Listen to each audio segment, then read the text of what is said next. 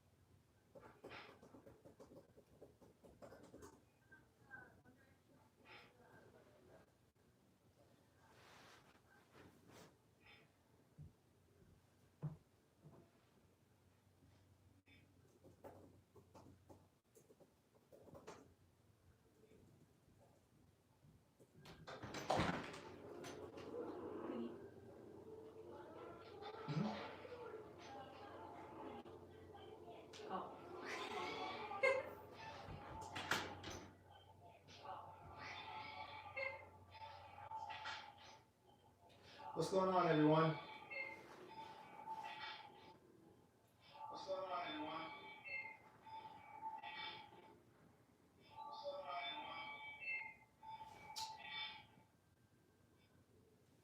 Hopefully, you guys can hear me pretty good. Let me know if you guys can hear the sound. Make sure there's no issues.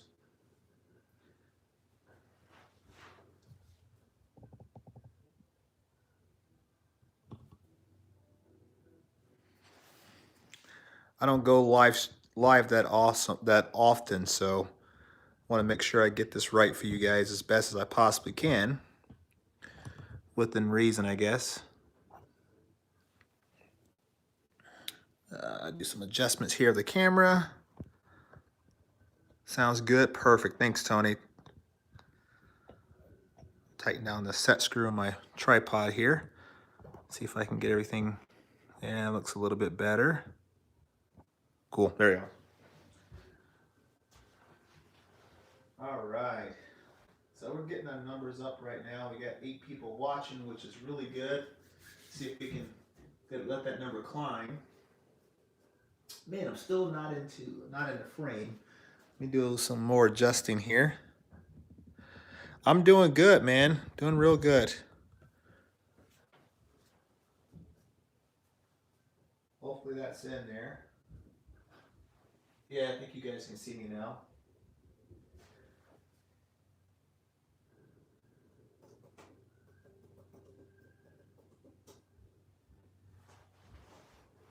So we got Joshua, we got Blue Gloves, we got Tony, Larry. What's going on, Larry? Travis, thank you, man. Thanks for showing up. Thank you for comments on the box. I'm loving it. I'm cheesing, as they say, right? So, yeah, it's been a long time coming. If you guys have seen my channel, you know that I've always had like the mid-level boxes and everything like that. So it's nice to have something really nice for once.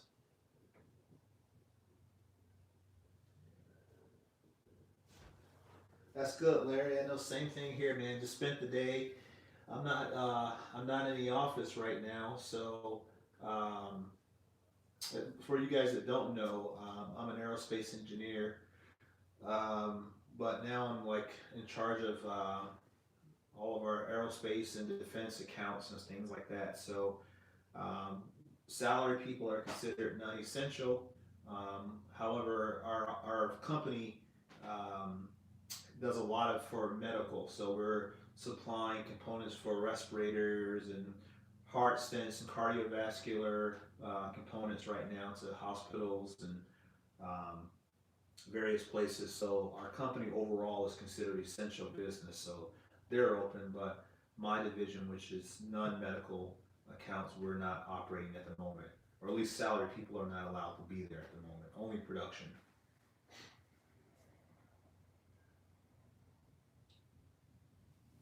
So, but yes, but as far as like the box and everything, so far so good, man. I mean, I love it. It's working out. Hopefully, you guys got a chance to see everything. I had a good look at it. Maybe we'll do something live. I don't know. I'm still trying to play around with the layout. I don't necessarily know exactly how I'm gonna keep it. Um, One of the things I thought about doing was foaming the inside of it, but I don't know with the number of ratchets I've got. I don't know if that's gonna work out. So still questionable about that.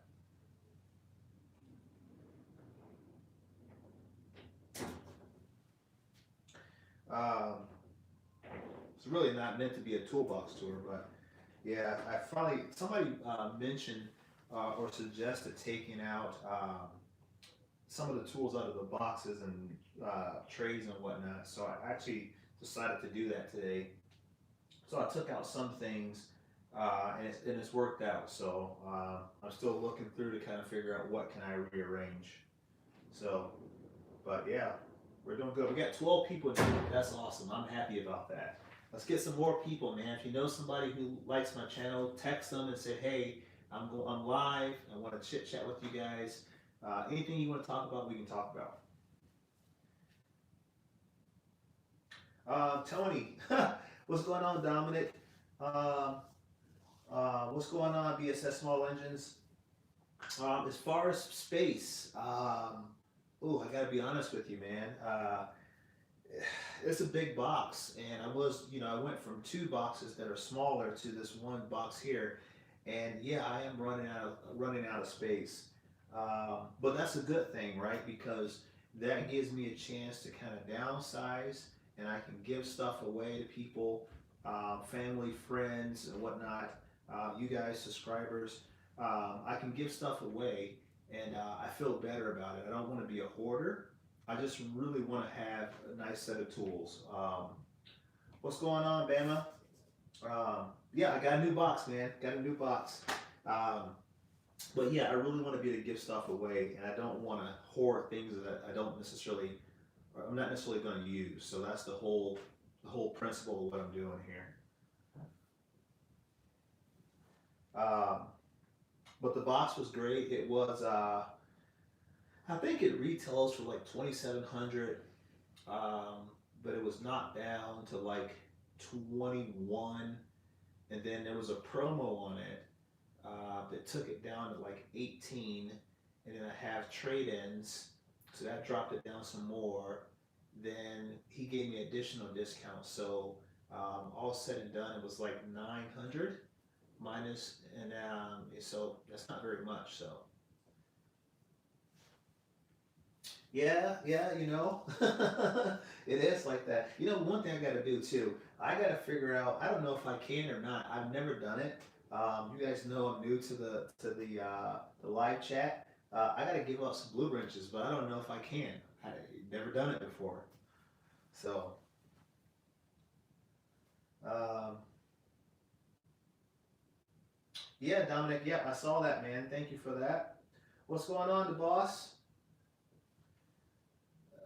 Got stuff popping in there. There we go. Um, we're sitting at 13. Let's see if we can get some more. I know I'm late. I know I was supposed to be on a little bit earlier, and I was outside cutting grass and all that kind of stuff. You guys know how it is, and time got away from me.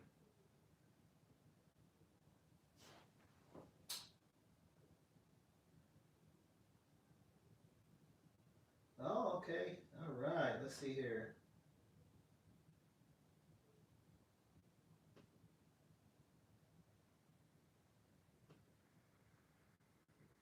I'm gonna try this out.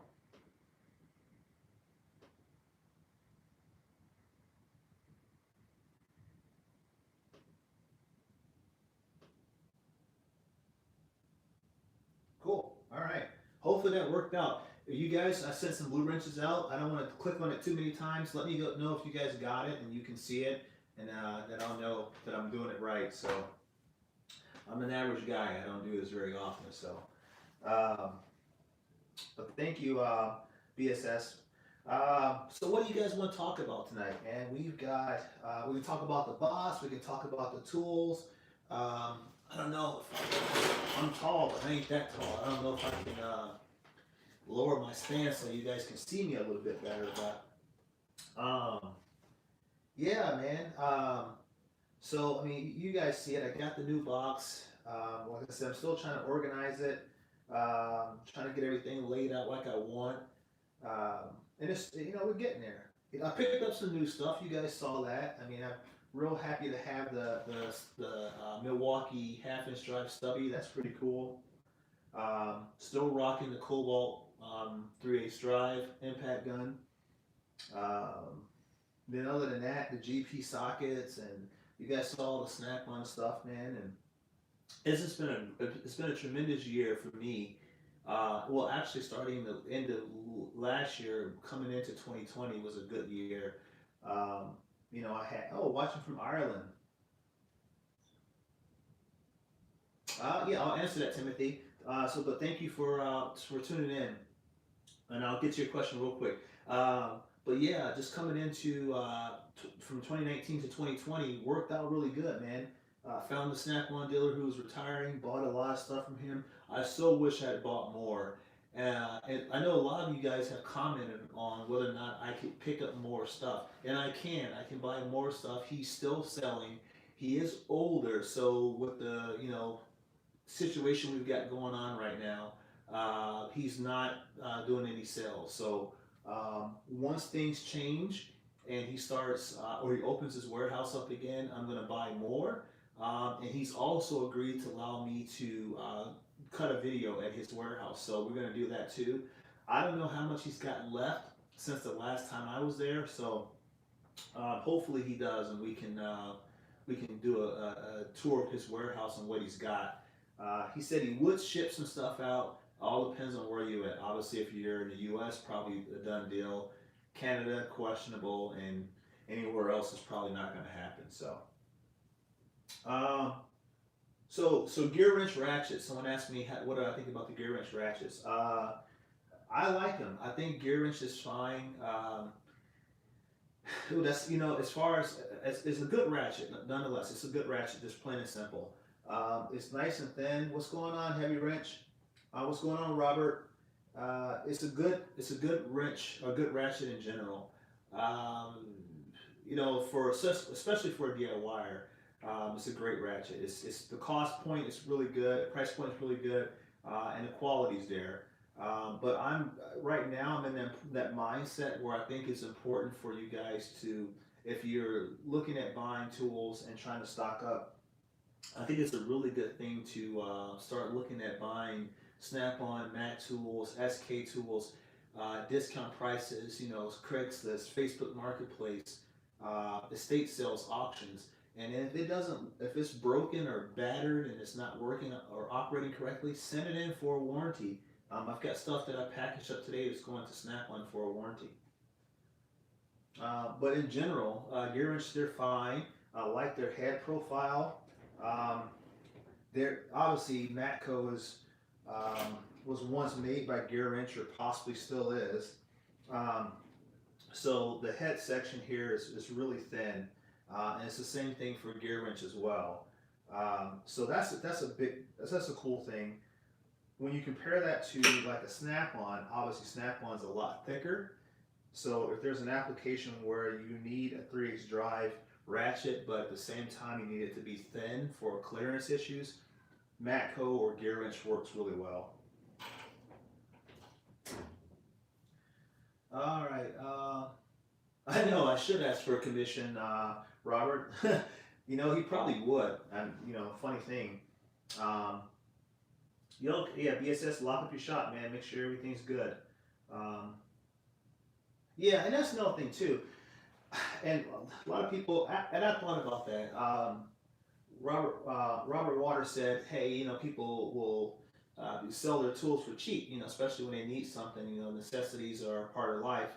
Yeah, and I do get a lot of deals that way. I've gotten a tremendous amount of tools.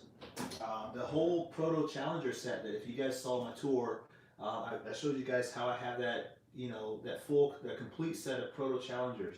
The guy needed money, and he sold me everything: those sockets, Snap-on, Mac, the T handles, the Mac scrapers, grinders, and I don't know, everything that he could. I got it all for $60. Um, that's crazy. That's not every day that those kind of deals happen, but they're out there, man. People will sell stuff in a time of need. They're actually made by AJ Manufacturing. Oh, that's good. That's good to know. I know my.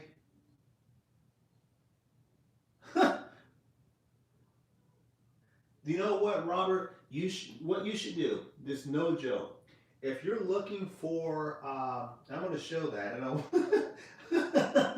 want the people to see that. If you are looking to, some proto challengers, send me a email, or contact me on Instagram at Midwest underscore tool underscore review. Um, Send me a message on Instagram, and let's figure out something, because these Proto Challenger sockets, they're great, they're huge, but I'm probably never going to need them. So if someone's willing to make a deal on them, I'm willing to sell everything that I have, and that's the breaker bars, the extensions, all of the sockets. They go from, I believe, let me see here, half-inch drive all the way up to three-quarter drive. So let me know. So, but yeah, I didn't know about the age of manufacturing, so that's good to know. I thought people have said they've been made by Gear Wrench at one time or something like that, or Apex Tool, or I don't know, but it is what it is. But yeah, mid grade tools are fine, and I think you have to do that. I think if some people, I've talked to several people who say that they can't find the deals that I find, and I know the Midwest is, the Rust Belt, so most people have tools around here because you need to repair and fix things quite often. But yeah, you can find pretty decent deals in this area at least. And I think that based upon what I know now, I would outsource. I would look for Snap-on Mac. I think there's a mosquito in here. A Snap-on Mac, SK. I would look for those brands before I ever buy Gear Wrench or Capri or anything like that. Although Capri is really, really good. But if I had the money, and there was not that big of a difference between the two as far as cost, I would certainly go with Snap-on or Mac.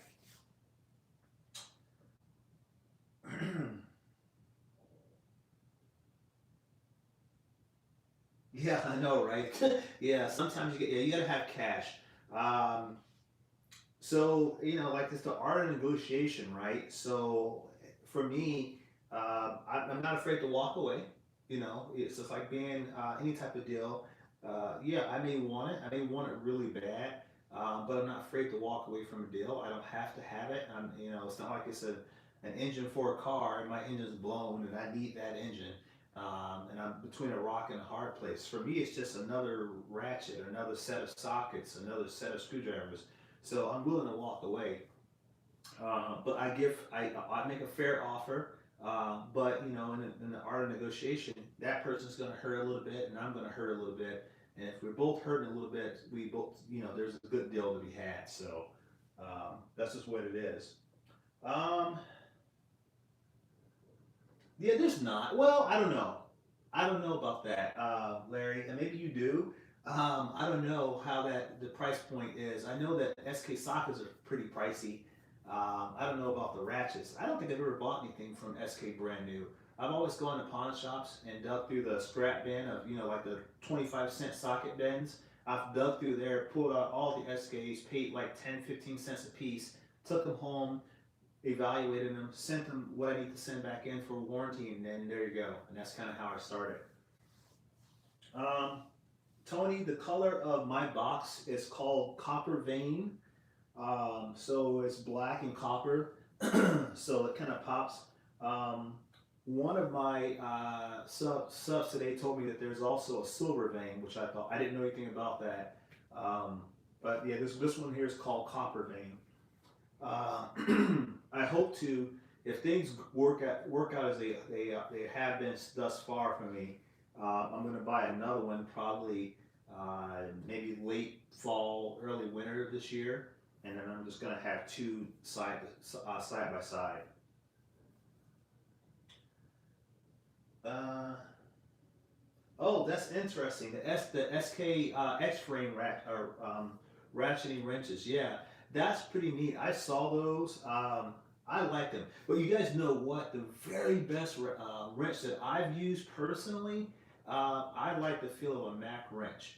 I think that Mac tools, the Mac wrenches are, I like the weight of them. I like the balance. I like the finish. I like Mac wrenches. Now, I'm not talking about the knuckle busters or whatever the hell they're called. I'm talking about the ones like a generation before that that have more the V type open end profile. I really do like those.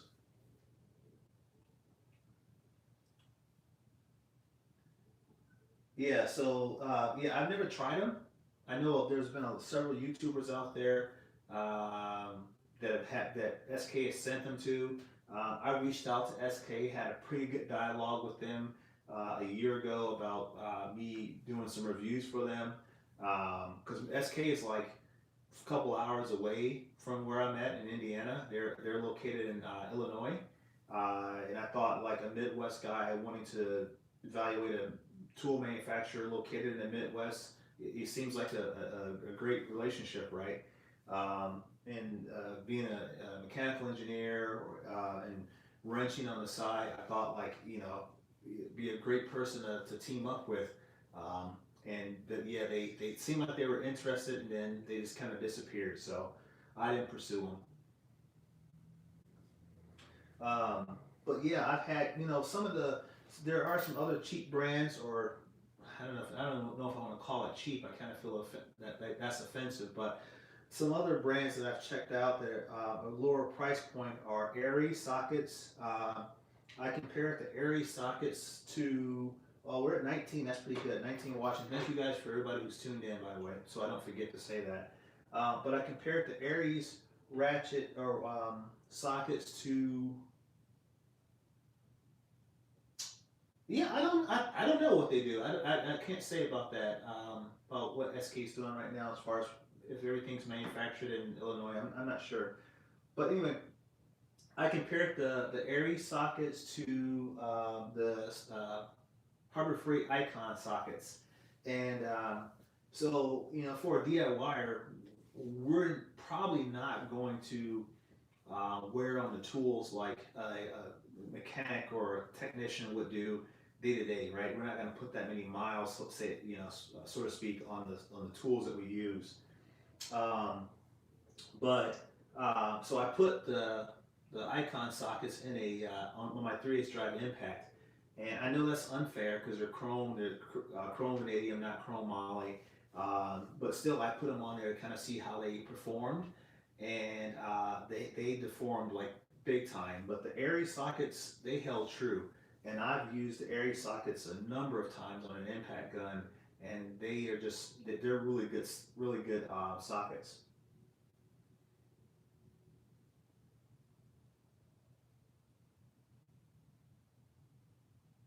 Yeah, that's good. Garage Journal, I've never been on there. I've had people tell me that before. I've never bought anything from Garage Journal. I don't know how if the deals are that great. I'm not sure. Um, uh, yeah, that's probably true. That's probably true, Robert. A Rust Belt mechanic. Yeah, I mean you're we're located in the best location geographically to test out tools and see how well they're going to perform because everything rusts here. I actually picked up. I was going to do a video on these. It's called Inhibitor. It's an industrial strength rust preventive system called VCI Pro chips. They advertise here that you can put them in your tackle box, your small bins, and your toolbox. Penetrates and protects, environmentally safe, long-lasting protection, economical, no scent residue, and ready to use. So you get like 20 chips that you can place inside of your drawers or your toolbox. So I'm gonna test those out and see how they work out. Pick those up at Menards for like $5 or $6, something like that. What I do is I use desiccant. A lot of people, I'm on to take him to mommy. My little boy waking up. Normally, people ask me, or here lately, people have been asking me, what do I do to prevent rust on my tools? And primarily, what I do is I use them on a wire wheel. I'll clean them up, or use muriatic acid and water. I haven't tried Evapor-Rust, which I plan to do. And then once I've removed all the rust, then I'll just do a heavy coat of a lubricant, and then I use desiccant packs in my box to absorb the moisture.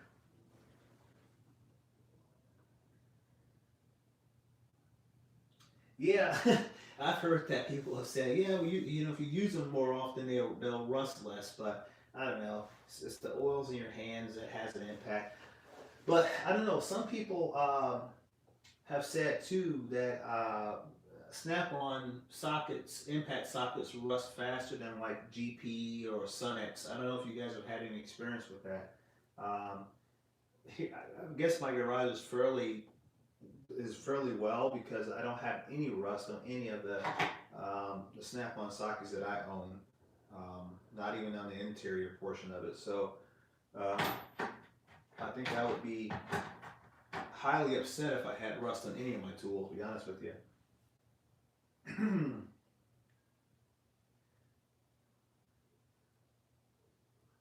Yeah, I know, Timothy. That's good. I mean, a lot of people aren't really willing to do that either. Um,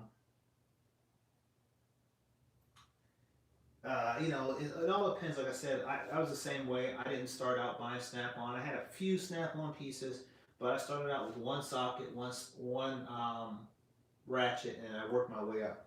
I just recently got a set of Snap-on wrenches.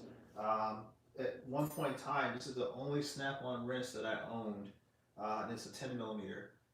And now I have a set of Snap-on wrenches, the ratcheting ones, and I've already warrantied out 3 or 4 of them. When I bought them from the other guy, he had basically beat the hell out of them, and I needed to get them warrantied out. But that's my first official set, if you will, of Snap-on wrenches. Yeah, that's what I've heard. BSS. I heard people say that they rust fairly quickly. I'm not sure why either. Um, yeah, even from a metallurgical standpoint, I don't know why. Because Snap-on claims to have their own proprietary blend of alloy.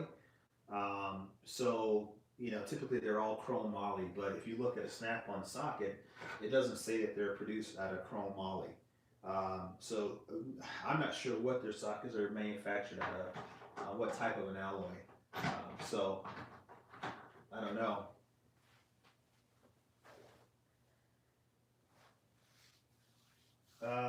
You use gun cleaning oil. I've never heard of that one. I wonder how well that works out. Laurie, where are you located? I guess I don't even know where you're located at. Yeah, Drew. This is a new box, man. Yeah, this is my Jamestown 773, I think it is. Um, what is it? 6 drawer service cart. Just picked it up on Saturday. I had it delivered.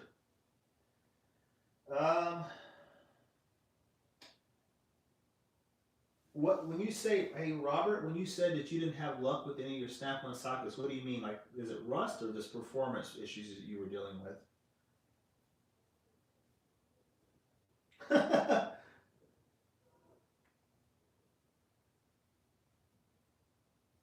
Yeah, you know the Harbor Freight, man. I've got a set. I've got several sets actually. I don't think I. Let me see. Let me check and see what I've got. Uh, yeah, I do have some here. Just so you guys know I'm not a tool snob. Um, so yeah, these are Harbor Freight half-inch drive. I do use them. So we've got the deeps and the shallows up to this one goes up to 27. It does have skips. This one goes up to 24. It also has skips. But yeah, I use both of these guys. These are in my junkyard bag when I go to the junkyards or whatever, or to pick apart lots. I carry these with me, and now that I have the Milwaukee, I'm going to carry that with me as well. Um, but yeah, these things take a beating, man. If you're cracking one of these, I don't know what you're doing.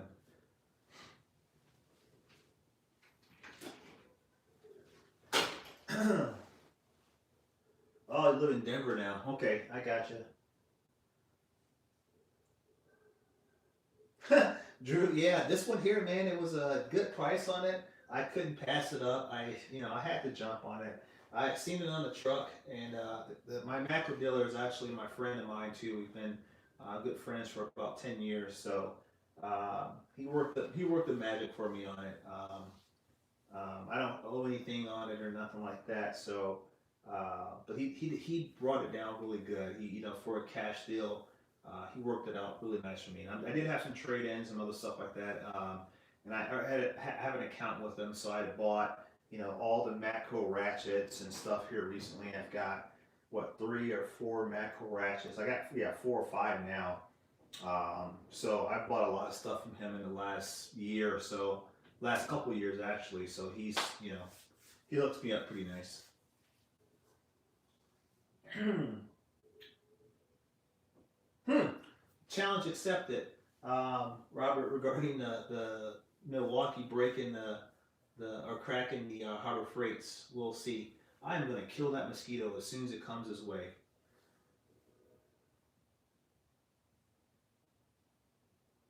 Yeah, Blue Gloves, man. I've got I've got the GPs.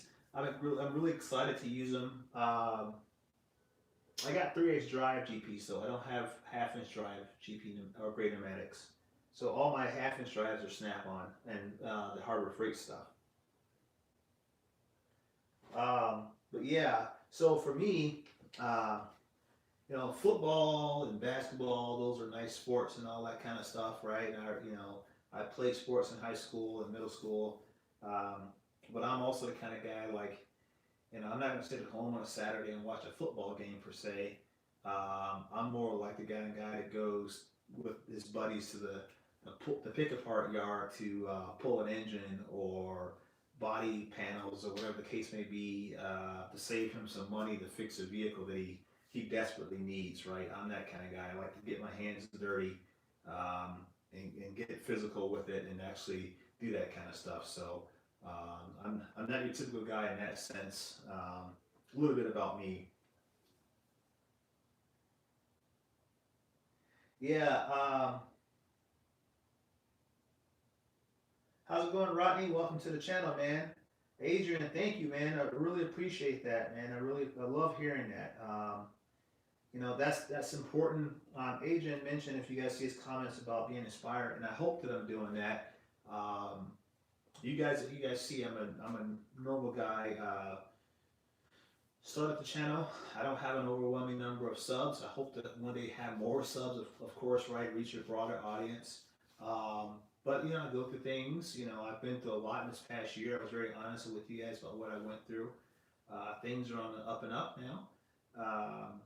So my life has turned around a lot. Total 180 here in the last year. So try to grow. I sold all my tools. You guys know that I had a was going through a lot at that time, and I just sold everything. I know you guys have probably been through that too. At one point in time in your life, maybe you will, maybe you won't. But I sold everything, and then I had to do a brake job on my truck, and I said, I don't have any tools to do that.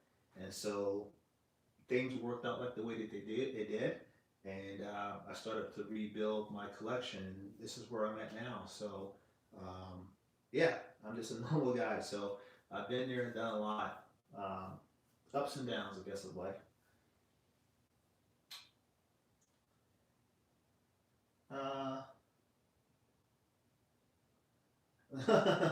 Yeah, you know, I'm growing. Uh,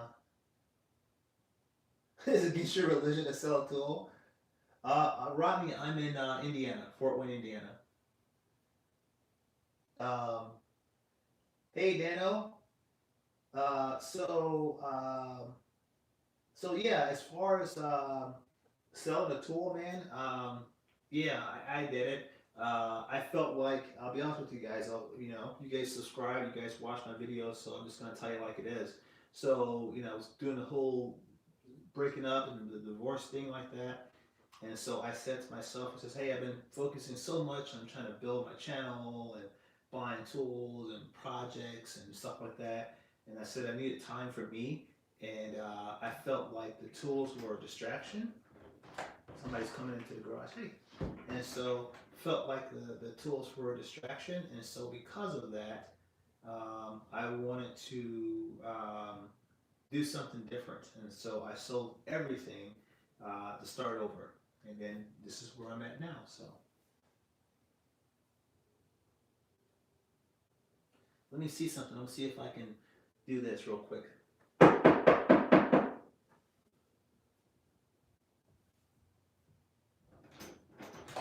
Hey, you want to come say hi to my subscribers? Come on out. I always talk about it. Come on. All you gotta do is say hello, and I'll see their comments here. See see my wife is hiding now. Hey, she just ran off, so I was gonna get her to say hi to you guys, but um, yeah, it would be blue gloves. Yeah, if you live in the Midwest, everything rusts, man.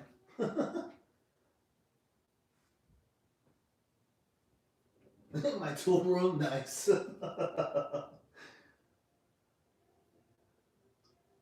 Yeah, so um, but yeah, so you know, I had to do it, and it was good. It was a good process for me to do it, but I guess it's a testament. So you know, some people like yourselves would say, "Oh, I would never sell it," but I guess in a sense, um, it's a good testament that you know you can start over. You can do it. I was able to do it. I was able to get rid of everything and then come back and do it again. And there's no debt. Um, there's no debt on the box. There's no debt on the tools. You guys have followed me through all my purchases. You know, you followed me when I bought um, the Snap-on socket trays, complete sets for 20, $30. When I bought all the ratchets for 10, 5, and $10 a piece, you guys have seen that. So, you know, yeah, you can start over. So let that be an inspiration for any of you guys who may go through anything in the future. Nope. We the old wife and I have reconciled a lot, and we've spent a lot of time counseling and all that kind of stuff. I can't throw away 18 years. Uh, as far as places are to go, Dominic, you're right. Yeah, flea markets, estate sales, um, are great places to find deals like that. Facebook Marketplace has been tremendous for me. Um, so yeah, I mean those places have been great. You know, trying to find ratchets and stuff like that. And yeah, if you find them and they're rusty, buy them anyway.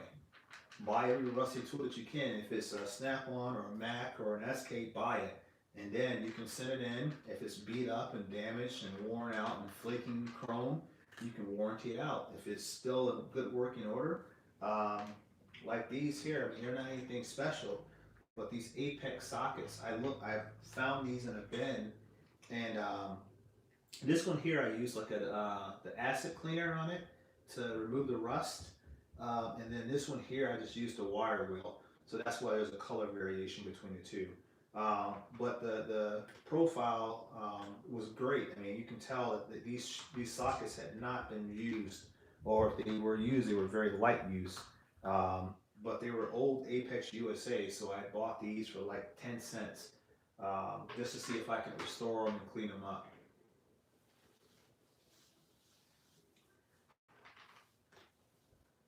I have been on Let Go, and that's where I bought that big Snap-on lock from. When I got the Proto Challenger sockets, that was from Let Go.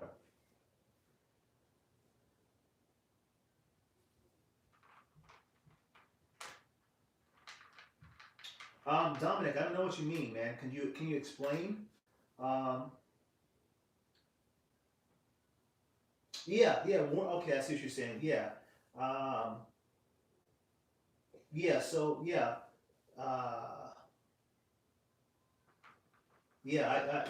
Well, two responses. So Drew, yeah, I saw your comment, man, and yeah, dude, I know I've been there. So um, yeah, warranties do help you out a lot. Uh, yeah, Robert, she very much so. Trying to get caught up on the comments, so I'm sorry I'm all over the place. But yeah, Dominic, yeah, warranties do help. It is important to get those tools with good warranties like that. You know, today Harbor Freight, Gear Wrench, everybody offers a warranty nowadays, though. So you know, it is what it is, I guess.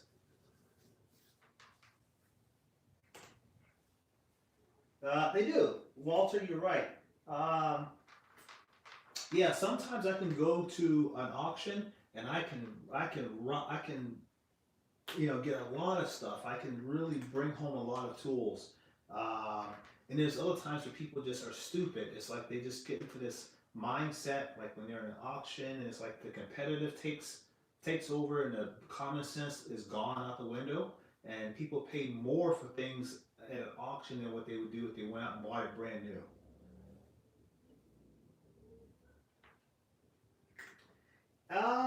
Rodney, people have done it. I don't know if it's worth it. You'd have to be a really nice drill in order for me to even take on that task. I'm talking like it would have to be something like from the 50s or something that's brand new and I didn't have a warranty on it for me to take on that type of task. But yeah, it has been done. There's a lot of YouTubers out there that have done that.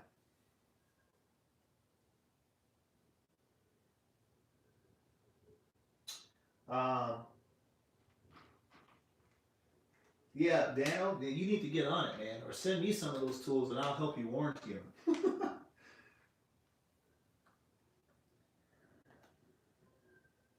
Yeah, they do. BSS, you're right, man. A lot of the old guys do go there, and they will.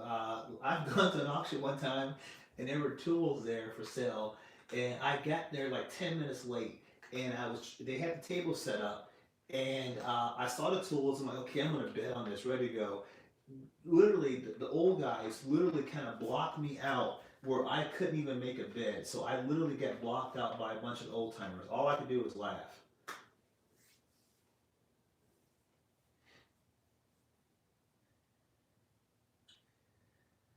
Ah, yeah. So Robert Waters, man, you gotta just. I mean, have you ever sent them in, like, reached out to Snap One via email to try to get the warranty process done there? Robert, I gotta give you a blue wrench too, man.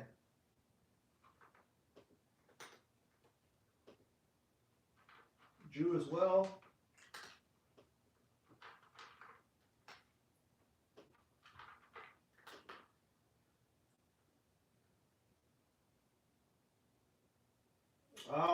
Let me see here. Now we get caught up. Sorry about that. Sorry about the long pause. Oh, okay, that's something different. Okay, never mind. Sorry. Yeah. So yeah, I don't deal with online auctions. I don't deal with that. Oh, Robert, man, I don't know, dude. I don't know. The best response time that I've ever got from Snap-on was this past Christmas. I sent them tools um, on December like 20th, and I got them back December 23rd.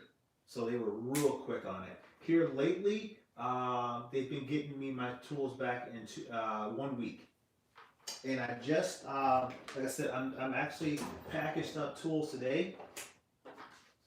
And here's the proof of that. Here's the label, shipping label that they give you. They send it to you via email, and I've already got them packaged up. And this is a copy, but I'm going to ship them out tomorrow.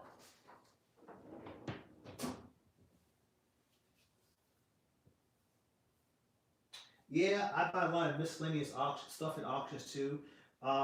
So I find that at auctions, there's a lot of American-made stuff. A lot of times, it's for in my areas, a lot of craftsmen and stuff like that. I have found obviously Snap-on, um, but you just gotta be very selective. And so when I go now, in the past I would go and I was indiscriminate and I would just simply buy lots and I would see tools, I would buy them, then I would get home and I would go through and see what I wanted to keep, what I didn't. Now I'm a little bit more meticulous about what I buy, more absolute, because I want specific things now, so that I'm not buying so much. What's up, Rich? Thank you, man. Appreciate it. Bex Armory and I are really, really good friends, so we go way back.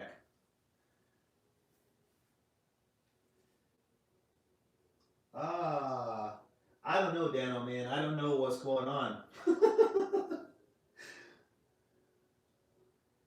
Pawn shops, Drew. It all depends. That's a tricky one because pawn shops, if you get a pawn shop, pawn shop, most of the times you're idiots. So they buy something for dirt cheap. And I've read that they're supposed to mark it up 30% over what they paid for it. And that's their profit. They're not trying to triple or quadruple their profit. They shouldn't be. But sometimes they get stupid. And sometimes they will ramp the prices up and it doesn't make sense to buy it like it's used you have to it has depreciation, so how do you factor that in if you buy a bunch of tools and they're all in a box? How do you differentiate what costs what you should be charging for what specific tool when you just buy an entire box from a guy, you give him $20 and then you put things on the table for like $100? So I don't like pawn shops. I know how to negotiate with them and I'm real tough on them, but I don't really like dealing with pawn shops very much.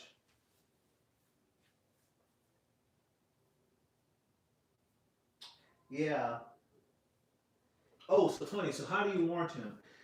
I got a video on that. If you haven't seen it, check it out. But basically, real quick, email them, tell them you got the tool, it's broken, what the problem is. If you can take a picture of it, insert a picture into the email, that helps out. It adds validity to what you're claiming.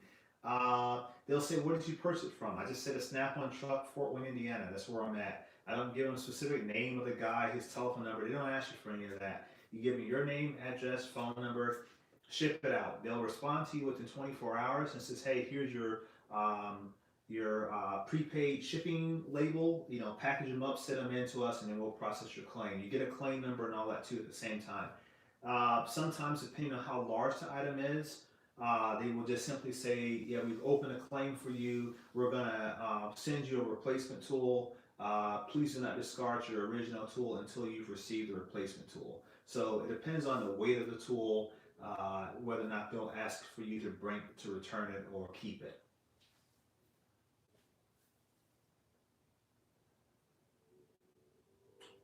Yeah, I mean, like I said, I've never had. Walter, why do you? Let's see here. I've never had any problems with Snap-on. I think the longest I've probably waited for a Snap-on tool to be sent back to me as a during a warranty was probably 2 weeks. Yeah, but as far as like pawn shops go, man, I don't like pawn shops at all. Um, some of them are you know easier than others, but like I said, man, they don't know. If a guy comes in there with a toolbox, a little small box, like my son has, and he's got a little bit of snap on in there. He's got Craftsman and other tools, and they'll give him $30 for the box.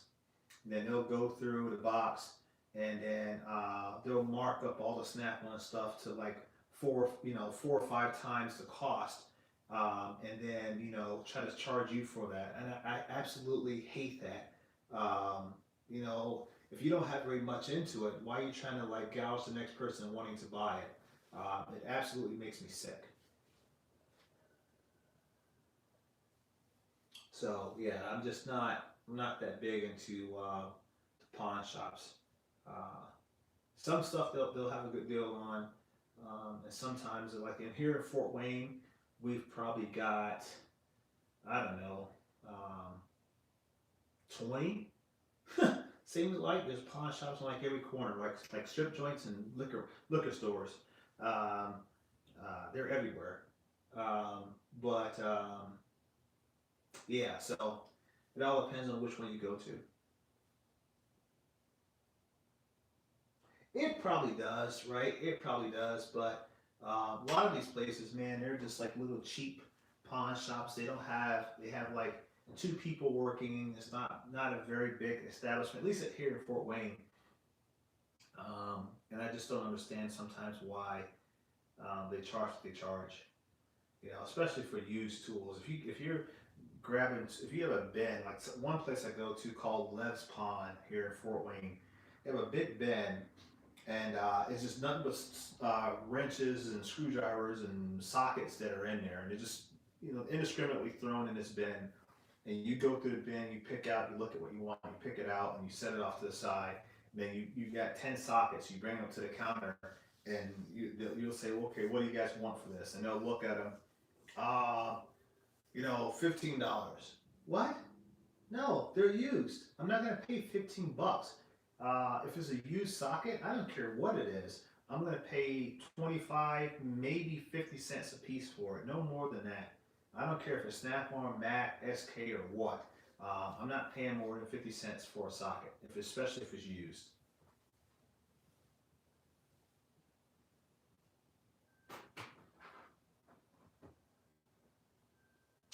Let's see here.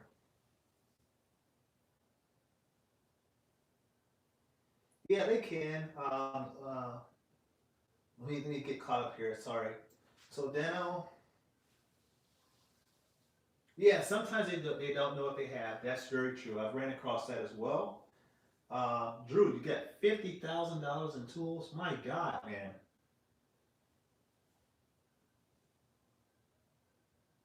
Yeah, you probably did put your Snap-on dealer through his kids through college. Okay, I got you. More diagnostic tools. I see that. Good question, Timothy. Um, yeah, I think ideally, I would like to have everything Snap-on. Um, I don't know. That's kind of hard to say because I like the Matco stuff too. I do like some of the stuff that Matco has. I don't have everything Matco. Um, what's going on, Blake? I've got Carlisle. I've got Wright. I've got Matco. I've got some SK. Um, so um, yeah, I've got a good blend. Um, I want to have. Okay, I guess I put it this way. I would like to have the dominant tool brand to be Snap-on. That would be my goal. Yeah. Yeah, and that's true too. Yeah, that's true too, Drew. Matco stuff is a lot of it's rebranded. I think Matco would be better if they were a big old spider hanging from the ceiling. Jesus, if if Matco were honest about the rebrands and they simply told people that these are rebranded by X. I mean, we're smart enough now. This the age of information, right? We can look it up and know exactly where a tool is manufactured or who is manufactured by. There's no point of being ambiguous about that, right?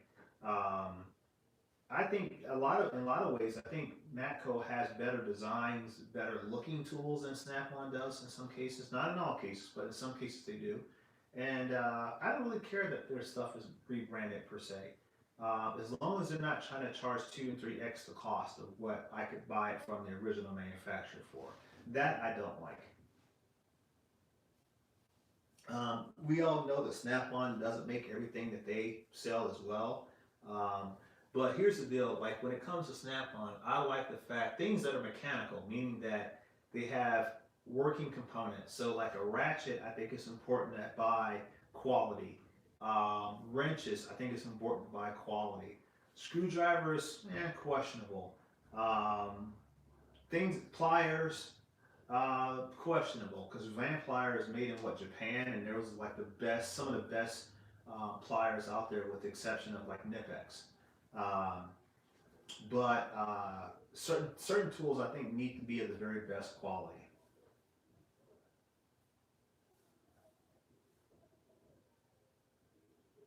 Yeah, that's yeah. If it works well, yeah, I agree with you. Like I said, I have the Harbor Freight half-inch drives. They work great. I'm not. I do have somewhere. I do. Let me see if I can find it. Uh, a lot of people don't believe me when I say it because I don't have it in my box. Let me see if I can locate it real quick. Sorry, I dipped on you guys for a second. But there's two of them I want to show you guys. Alright. That's the two of them. You guys probably hear me digging through them. Alright, Robert Lehman, see you, buddy. I'll talk to you later.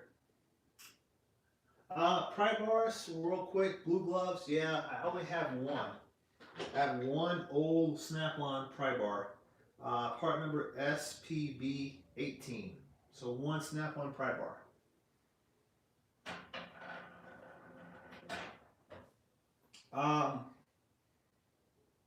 Yeah, I am looking to buy some more pry bars. I would like to have a Snap-on set of pry bars. This crescent here, guys. This crescent is 3/8 drive ratchet, and I use this probably more so than I use any of my other ratchets. So yeah,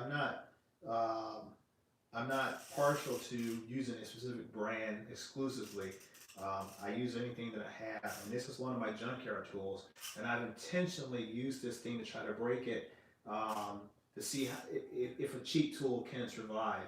And this thing's been holding up very well. The only thing that broke was here on the end of the handle, because it's the bar extends to about there, and then this is just plastic. And I had it on a fastener, and I was hammering the handle to kind of break free the fastener, and I broke that tip. But I've glued it, and it works fine now.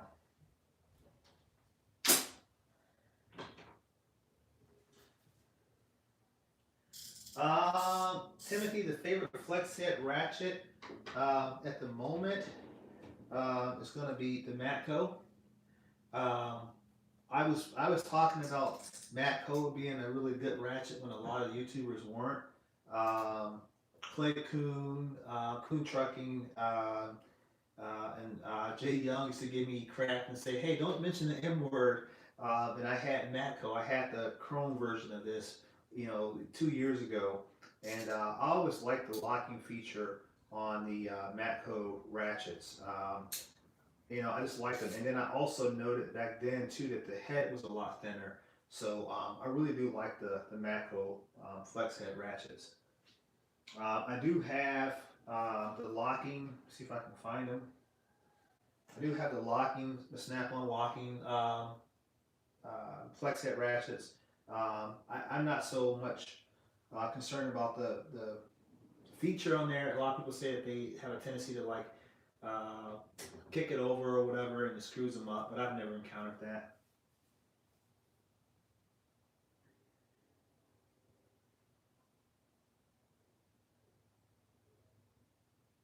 Yeah, I know, right? I was reading your comments, Dano. Um, yeah, I like the comfort grip. I do like the comfort grip of Snap-on better than Matco, but I'll talk about that real quick here. Yeah, the Mayhew Dominator pry bars are really nice. I do like those as well, but I like the colors of the Snap-on. That's the only reason why I'm saying I want to get a set of Snap-on pry bars is because of the color schemes. I like the color. I like colorful tools. I guess I don't know. But as far as the grips, right? So I don't know how you guys feel about it, but I think that the Snap-on, like for a 3/8 drive, the Snap-on comfort grip handles, I think they can kind of give you a false positive almost.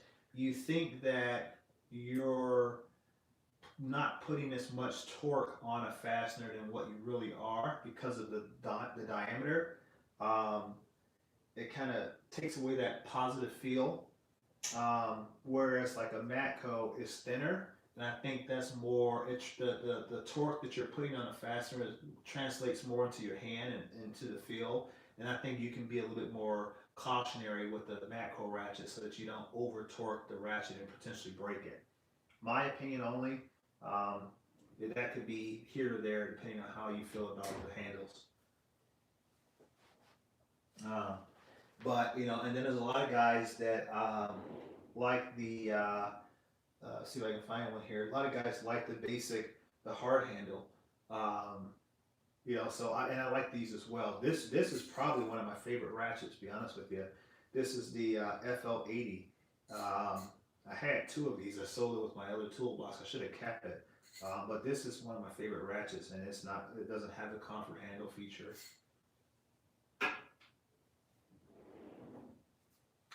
Um, the hard handles. This is one that I created. It's an old Snap-on handle here, the Pearl. So I took this and I installed it on this ratchet. This is a FHF 936 non-locking flex head, 3/8 drive, and I installed this on.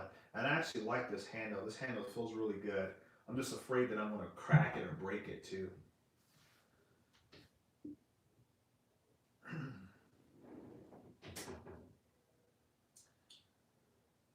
Oh, the 3/8 drive, Larry. Yeah, I like that long handle one.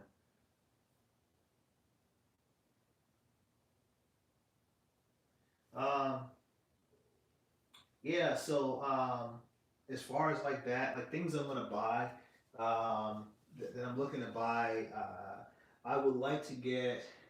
I, I don't think I need them, but I would like to get a set of 3/8 drive Snap-on sockets and just SA or metric. I don't need them in SAE.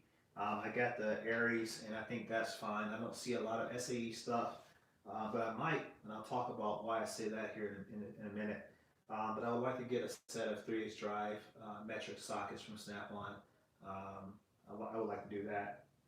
Um, but as far as like SAE versus metric, um, I think in the future I will have a use for SAE. I'm currently looking to for a project. I'm looking for a 50s.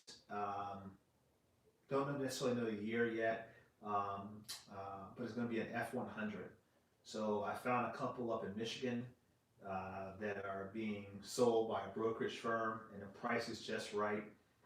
So I'm contemplating whether or not if I'm going to drive up to Michigan and buy one, and then bring it back here, and then I'm going to do a full restoration of it. I'm not. It's not going to be a restoration per se. It's going to be a modification, right? So um, the body's going to be as it is, but I'm going to lower it. I'm going to change the drivetrain on it, the engine, obviously, suspension, the interior. I'm just going to customize it to what I like. So that's the project that I'm going to be doing here. I hope to have the vehicle purchased by this summer. It'll be the biggest project that I've ever done.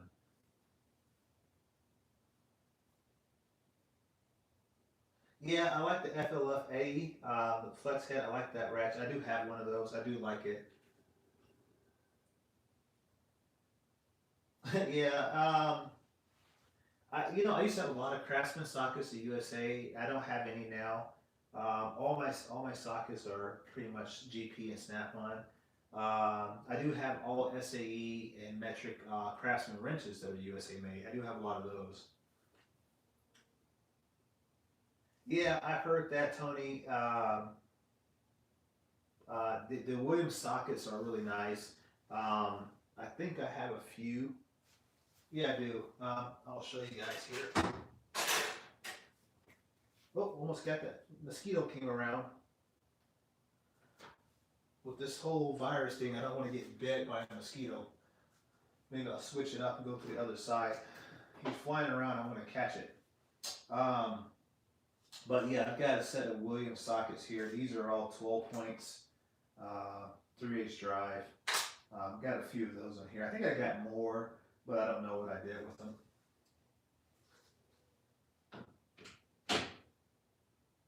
But yeah, so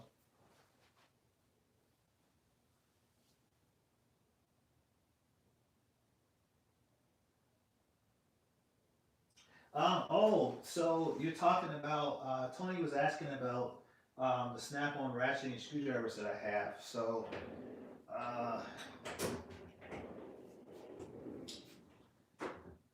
yeah, okay. This one here, the Snap-on SSDMR 48. This is the Bears edition. Obviously, this one here is important because I'm in that region. I'm not from Fort Wayne, Indiana. Let me get back in frame here. I'm not actually from Fort Wayne. I just live here now. But I'm up from the northwest part of Indiana, so right outside of Chicago. And I bought this one here from my Snap-on dealer. He was like, I don't know if you know or heard me mention, but I have a Snap-on dealer who's retired, and he's selling off all of his tools, and so I picked this up for like $5. Um, the next one I have, which is pretty neat. Somebody just today just sent me an Instagram message that they have one as well. But this is also the same part number. It's a clear handle Snap-on ratcheting screwdriver. It does have all the original bits and everything like that. Purchased this from the same Snap-on dealer for $5. The next one I've got, this one here was from another YouTuber. Oh God, I feel bad. I can't remember his name. But I don't think he makes videos anymore. But I won this as a part of or not a competition, but it was part of a giveaway, and I won this ratchet. This is part number SGDM R64A. And that's all that I have for ratcheting screwdrivers.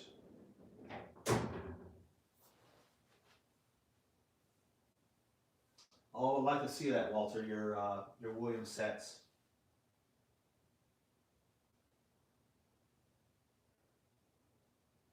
Yeah, but yeah, that's some of the old stuff that I've got. I don't have a whole lot of older Snap-on stuff, but um, yeah, things change. You know, the collection's steadily growing. So hopefully, um, hope, hopefully I'll get some more stuff. I don't really know what I want. So um, outside of the pry bars, I guess maybe something. I'll show you guys something that may sound lame. I don't know. Still trying to remember where I put things in. And I'm so paranoid with that mosquito. That's why I'm kind of like rubbing my arms. He's flying around here somewhere, and I do not want to get bit by a mosquito with this virus thing going on. But yeah, these are the wire strippers. I can't tell you guys how long I searched for these. In my mind, I knew in my mind that I would find these at a cheap price. And I said I would not buy them off the truck, and I would not buy them off of eBay until I could find them for a price that I thought was fair. I ended up finding these at the Snap-on dealer, and I bought these for I think $10. So that's a pretty good deal for these. Part number is PWC S7ACF.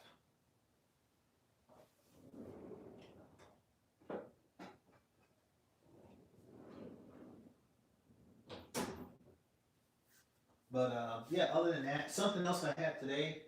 I've not seen anybody showcase these here. Um,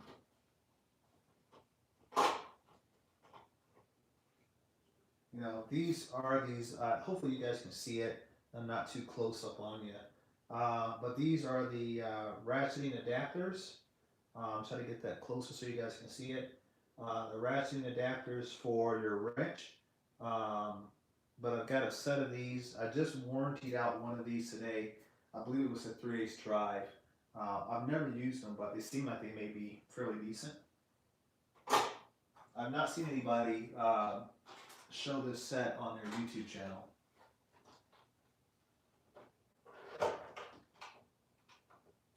But as far as I was just thinking about some of the things that the comments that I get, the Harbor Freight tools. I don't know how you guys feel about Harbor Freight tools.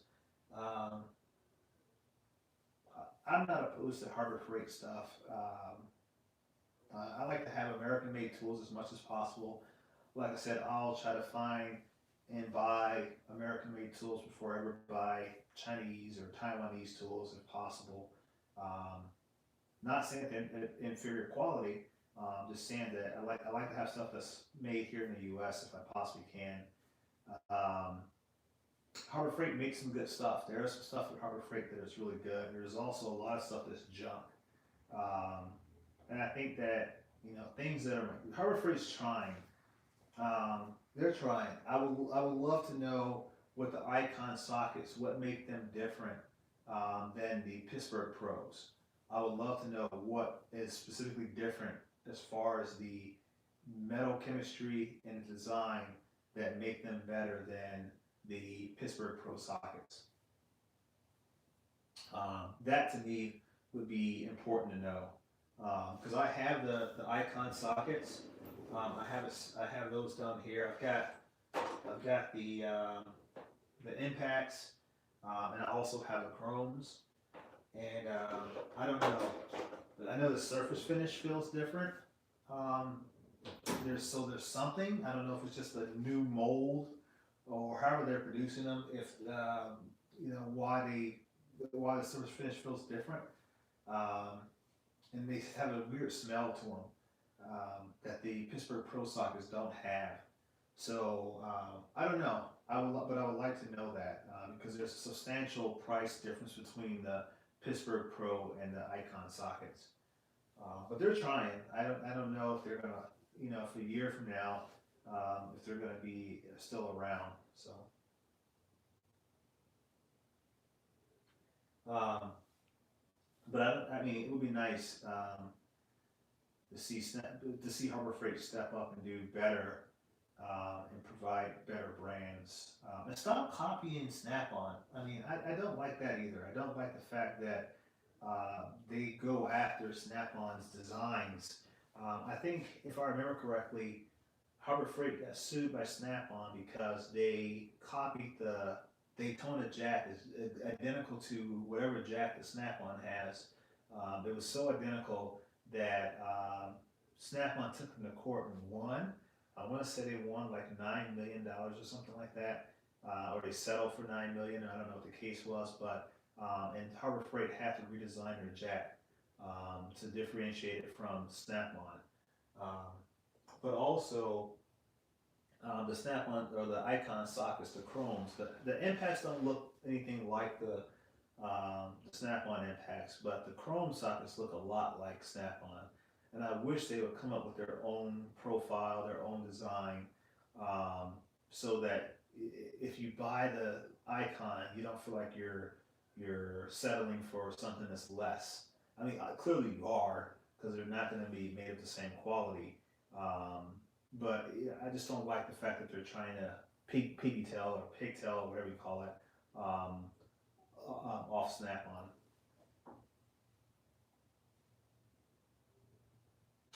No, the Mac is it is sold. It is behind me right now, behind the camera. There's some people that have expressed interest in it, so that should be gone tomorrow. The Craftsman box is also sold. So that was the point of it. I want to keep it, uh, and I restored it, and this is what my channel does. Part of my channel, I guess, if you don't know my channel very well, one half of it is finding tool deals and showing guys how to the tips and tricks to locating tools and for name brand tools for low prices. And then the other part of it is restoration. So I do a lot of restorations, and so I wanted to restore that Mac box. And then this box came into my life, I guess, if you will. And so then I just had to make a decision if I was going to try to continue. I mean, I was piling tools on top of each other with the Mac box. As soon as I finished it, and I loaded all my tools, I was already out of space. And like I said, I got a project that I'm working on, that we're trying to kick off, and so I'm going to be buying more stuff. Even with this box, I mean, this box is full as it can possibly be right now. maybe that's probably not true. It can grow a little bit more, but I foresee probably this year or early next year, I'm gonna have to get another box. Yeah, Chineseium. Yeah, that's another term, right? I don't like anything about China. I mean, with this whole situation that we're going through right now, the way that China responded to me was really telling about the culture or the mentality that that country has towards Americans. Um, and when you say, I read in the paper that the Chinese government said that um, the United States needed to apologize for us calling them out, which it was their issue.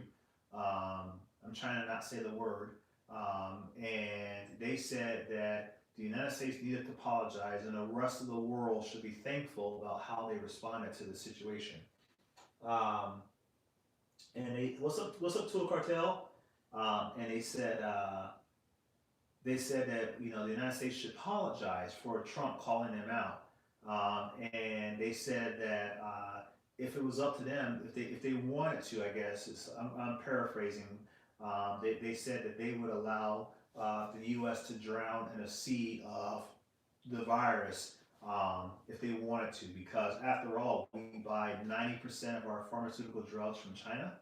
Which, if that doesn't make you guys shiver, I don't know what else I could tell you. They do. You're absolutely right. They do. Um, and while I find it funny that they're like, it's impossible that this virus is getting like it's like right now we're now going back and saying, well, it looks like maybe they were responsible for this virus. Of course they were. It was developed in their city um, by their scientists and somehow got out. I mean, it's on them. So, um, and they were upset because we called it the Chinese virus, but it came from China. What else are you gonna call it? I mean, every other virus that exists, um, we've associated with the region for where it came. And you better believe if the virus started here, they would do the same thing with us. So I'm sorry.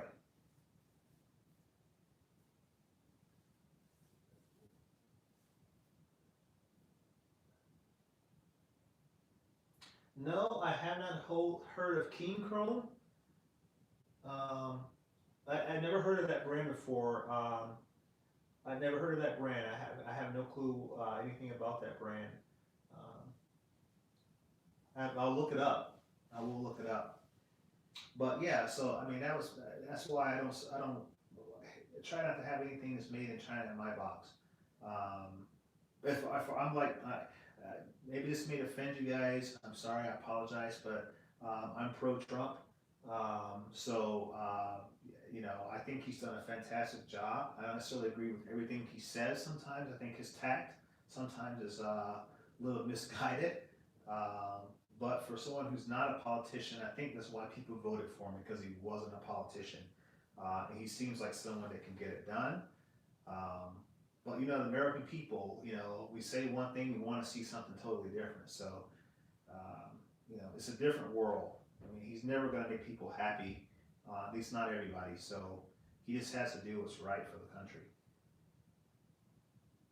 Thank you, Gustavo. I appreciate it, man.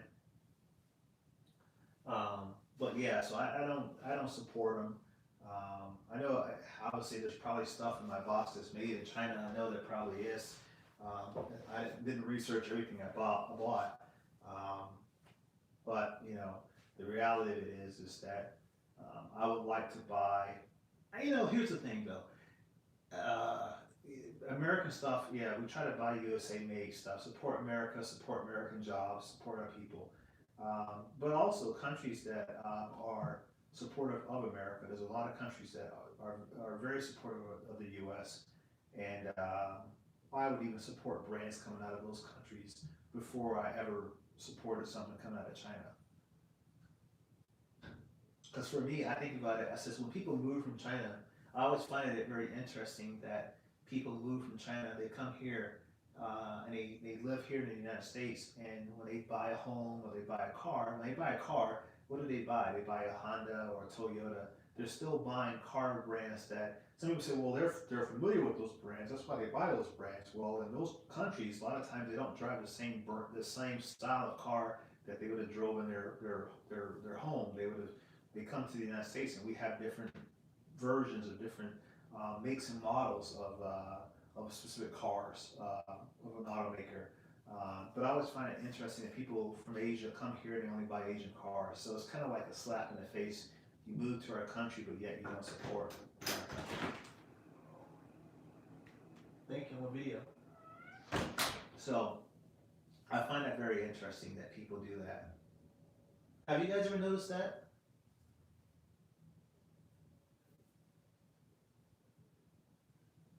But but in general, yeah, I like it. I like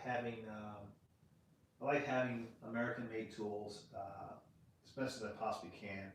And yeah, the box is growing. We're getting, I'm getting more stuff. I'm adding to it. I'm very happy with the purchase. I haven't had buyer's remorse. A purchase this big for someone who's not a mechanic, um, it can be a little bit of a mental strain, if you will, to try to, to buy it and then based upon how much they cost. Um, but I don't have buyer's remorse. I'm very happy. I felt like I deserved it, I guess, if you will. I mean, I had the Husky, I've had the Craftsman's, I've had the old Mac. I've worked my way to this particular box, so I felt like it was time for me to get something better and get a nice box. So,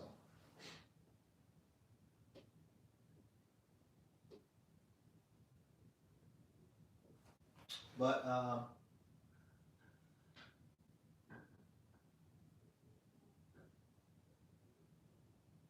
yeah, Andy. I mean, yeah, that's how I look at it, man. I'm trying to have as much as I possibly can. Like I said, my buddy's a Matco dealer, so I get a lot from him. Um, I don't actually have a Snap-on dealer per se. Like I don't have a my my Snap-on dealer is retired, so I don't have access to a operating Snap-on dealer. So um, once it's all said and done with him, I don't know what I'm going to do then. I'm probably going to be just have to go to my secondary methods for trying to find Snap-on tools. But so I mean, we've been on for like 83 minutes. You guys in the chat there.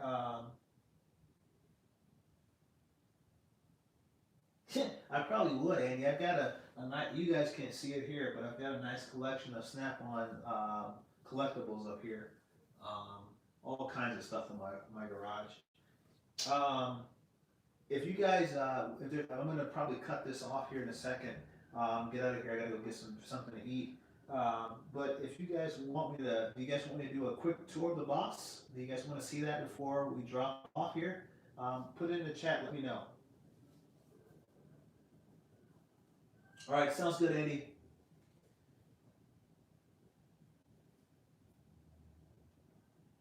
So if you guys, any of you guys, Dano or anybody who has not seen the tour, had a tour, or watched the video of the box, um, thank you, Tony. I appreciate it, bud. If you guys want to see, I'll probably just do one anyway. Let's just go ahead and do that. Um, all right, let me set this off to the side.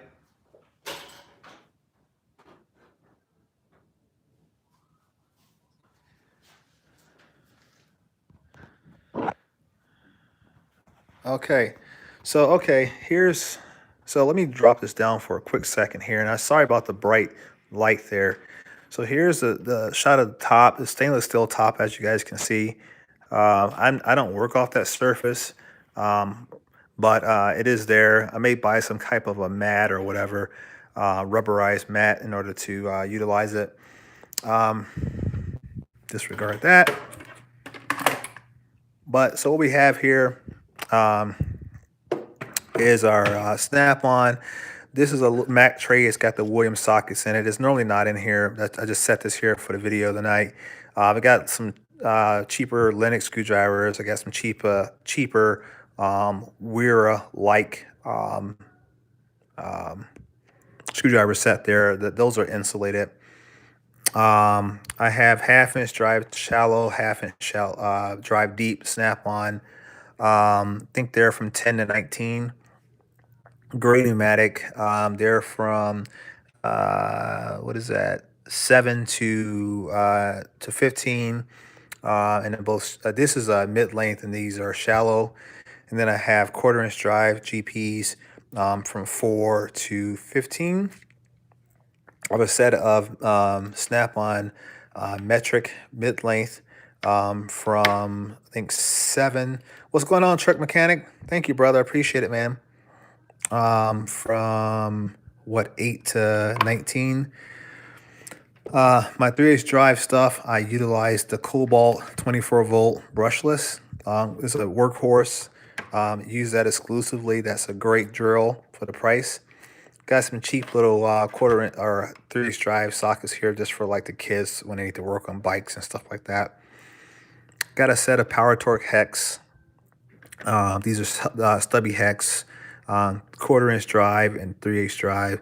This is a set of Snap-on wobbles and an SAE. A set of Snap-on sockets, one SK, one Snap-on, and these are all Snap-on wobbles. Those are metric. Various Snap-on hex and torques and etc. They're all Snap-on. Snap-on wrench adapters, ratcheting wrench adapters, Snap-on half-inch drive, SAE shallow and deep, gray pneumatic mid-length, and then some Aries 3H drive mid-length sockets, and then a set of cheap Cobalt shallows. And these are, I think, 12 points. Over here, I've got my shop light. This is Work Zone light. If you guys have not checked this light out, this light is fantastic. I'm gonna show you guys how fantastic this light really is. It's gonna go dark in here for a second, so don't freak out. Okay, and then I'm gonna turn off the secondary light, and I'm gonna show you guys just how bright this light is. All right, so here we go. We're gonna go black. There we go.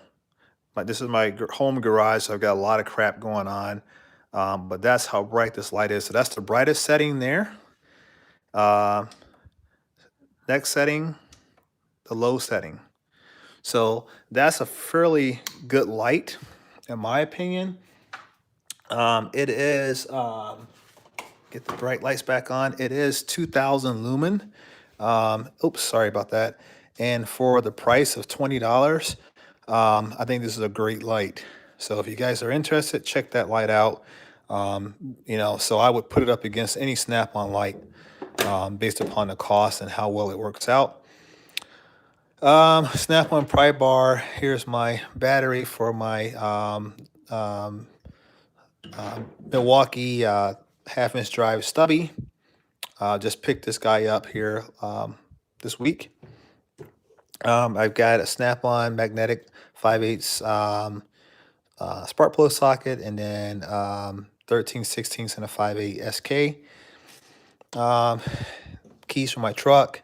Couple Snap-on extensions. Snap-on long extension, 24-inch Craftsman, a 36-inch long Snap-on.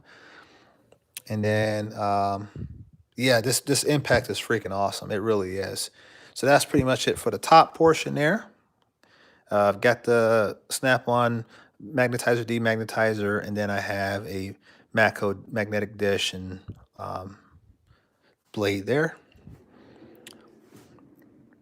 And a money shot jar here. You guys can see it. Let's do a nice B-roll, I guess, if you will. So what we have is Snap-on. This is the SK, but these are all Snap-on locking flex heads and a couple non-locking Matco, Snap-on, Snap-on, Snap-on. This is an old Armstrong, similar to the Snap-on 071. And then I've got some Capri ratchets here, the 3/8 flex head, standard length, and then a quarter-inch drive, Matco stubby, Snap-on stubby, and the Matco flat black, Wright breaker bar, Snap-on breaker bar, Carlisle half-inch, Proto half-inch, Matco half-inch. What's going on, Yakin?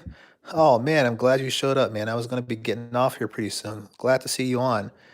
Then I got quarter-inch drive Snap-ons over here.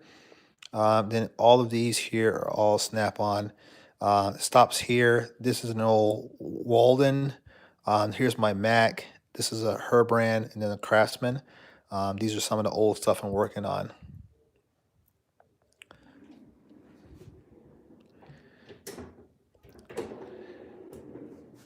Next jar here, the Snap-on Racing Edition hard handle screwdrivers, my ratcheting Snap-on screwdrivers, radiator hose pick, some Matco long picks, couple pocket screwdrivers, couple cabinet screwdrivers back there by Snap-on.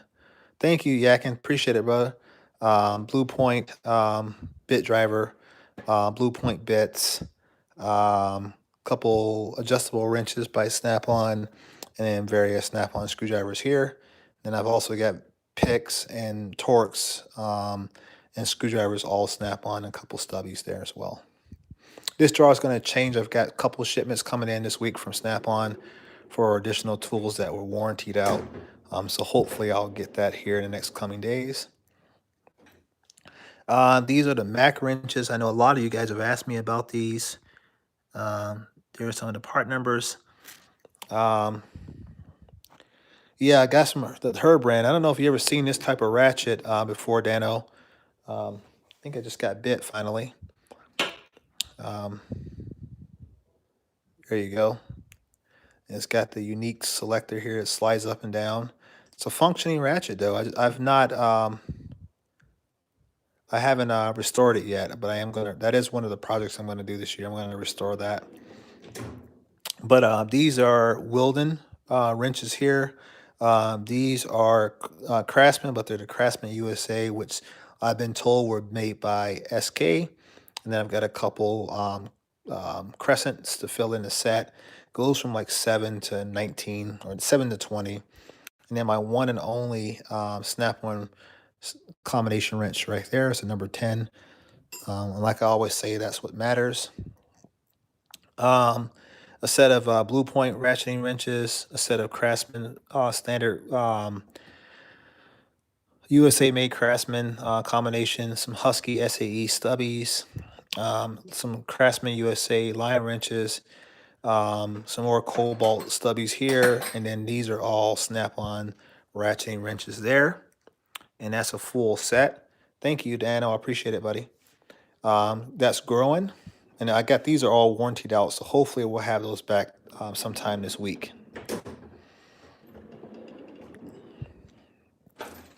All right, we have Snap-on quarter-inch drive there. These are some Icon quarters there.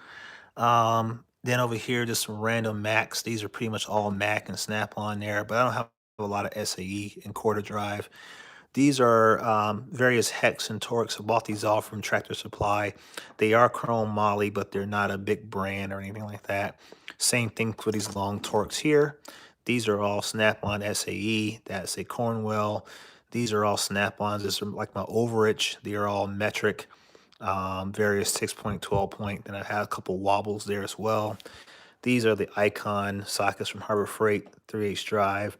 Icon 3/8 drive chromes, a small little bit set from Cobalt, 30mm socket from Snap-on, a couple locking extensions from Husky, the Titan hose pick or hose grip plier set of the Irwin Vice Grip pliers and whatever adjustables and needle nose pliers, some Peterson Vice grips, my old vintage USA plier here. Check this out, guys, and that's a pretty cool set of pliers. I don't know how old they are. They're called the Red Devil 925s, but I restored these here a few years back, and they work really nice. And then various Knipex, Snap-on, Kleins, and Van Plier pliers, all different types. Linemen's, wire strippers, cutters, dikes, mini bolt cutters, all that kind of stuff. got a set of Husky USA made, or Husky USA sockets. God, I hope I don't drop this. It's not looking very good. Let me do it down here. So this is all, yeah. This is old Husky USA sockets. They are actually 6-point, which I thought was pretty cool. I would expected them to be 12-point. And then a set of Cornwell wobbles.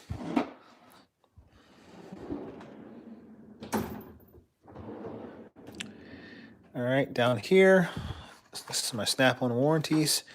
I got a set of, this is a 1940s, yeah, probably so. Here's a set of the hose removal installer pliers from, hose picks from Matco, the Ratchet Buddy from Snap-on or Blue Point. Then I got another set of Blue Point bits down there, some of the DeWalt bits, my light from my adapter for my light to recharge it. It's a Blue Point light here, really nice, works really well, and it's rechargeable. Got that for $1 from my Snap-on guy. Small caliper brake press, Snap-on tape measure, the Matco trim panel set, Snap-on soldering iron, more Metro or SAE. I didn't see what that said, truck mechanic. SAE wrenches here, Snap-on torque or hex, T-handle hex, and then a set of Mac Tool scrapers.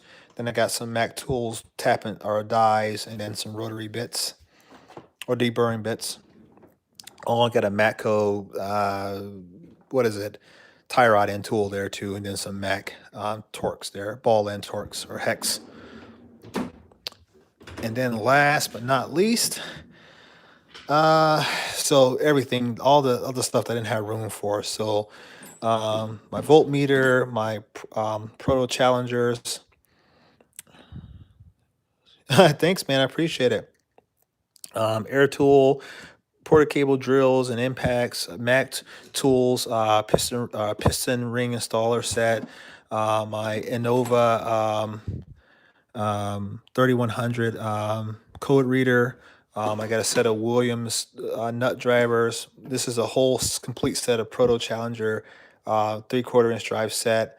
My Milwaukee M18 drill driver, my Cobalt 1/4 inch drive impact, my various bit sets here. This is like my most used set of tools right here in this one little box. Various crescents, more hex, my 1/2 inch drive, torque wrench by Mac, my 3/8 drive torque wrench by Craftsman. That's for inch pounds, that's foot pounds. My DeWalt impact driver, which I've never used, bought this on clearance at Lowe's for $30. My oscillating saw by Rockwell.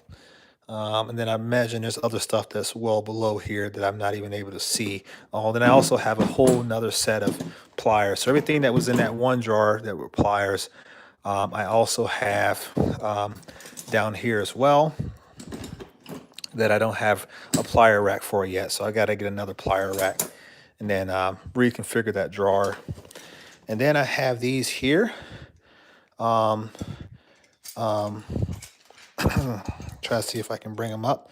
Some wrenches that I want to be doing a review on from Mass Fabricator. I don't know if you guys have ever seen this on Facebook or anywhere posted. Primarily, I think he's posting on Facebook. But he sent me a set of these wrenches in SAE. They're made out of ballistic metal. So we're going to talk about these and how well they've been working out. But if you haven't checked out Mass Fabricator, I would encourage you guys to do so. Really cool American-made wrenches. But I am going to do a review on these here coming up pretty soon. So yeah, guys, that's pretty much it for the box. Clearly, I've got my Snap-on cart here. I've got various, I have a whole bag of tools there, another bag of tools there, and then all my pneumatic tools are on the bottom there, and then all of my extra stuff is here on the top. So it's not all my tools, just only the tools are in this box that I chose to put in here for now. I certainly could probably buy another box and almost fill it up with all the extra stuff that's not currently seated in here. So yeah, looking pretty good. I'm really happy with it. Very happy to have it. Very happy to have the chance to buy it. So hope you guys like it. The color is called Copper Vein. Yes, give you guys the texture and the color of it. Hopefully that's showing up pretty nice. So I do like that. Really cool box. Um, I'm gonna take good care of it. You know how I am about my tools. So, but yeah, I'm very happy with it. So let me put you guys back on the tripod.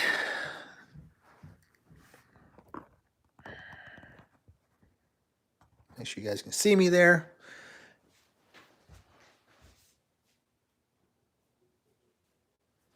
All right, so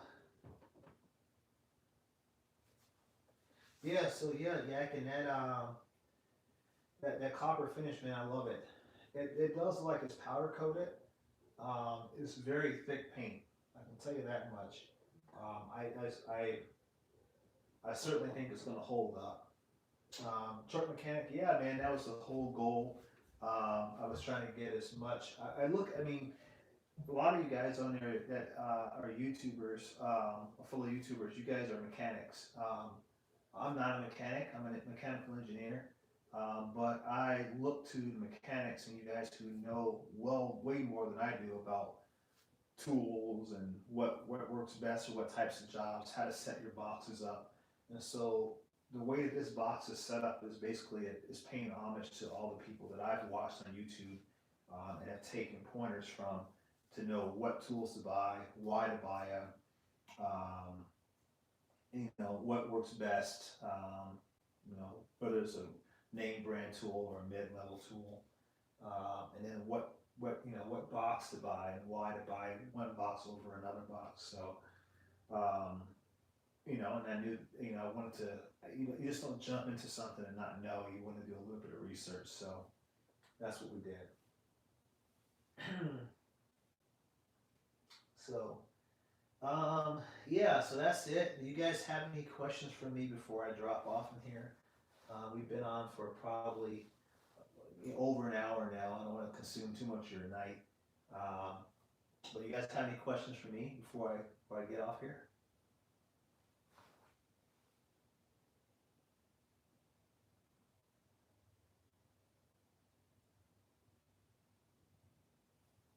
Thank you, Larry. I appreciate it, man.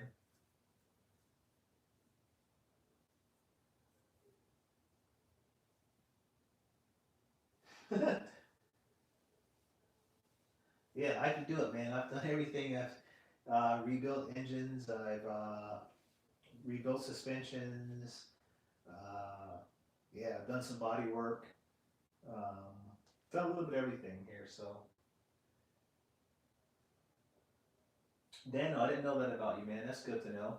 Um, I wish you were a Ford mechanic so I can so I can talk to you about the upcoming Ford project I'm working on.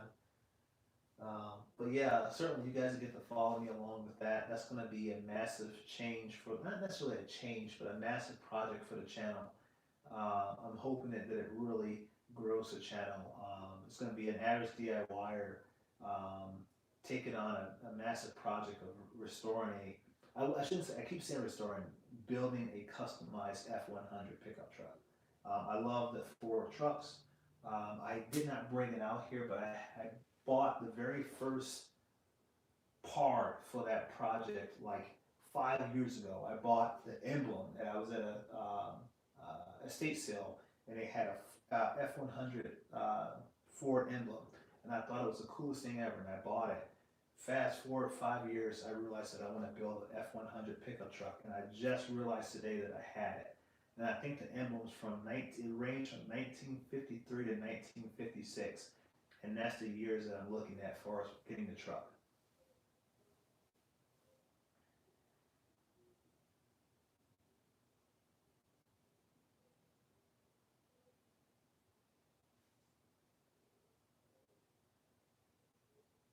Yeah, Brian, I don't have a proto Challenger ratchet. When I bought that set, it only came with an SK. It came with a half-inch drive SK, which I don't think has ever been used. I mean, this is probably the cleanest SK ratchet that I've ever owned. Um, but this is what it came with. It didn't come with a Proto Challenger ratchet.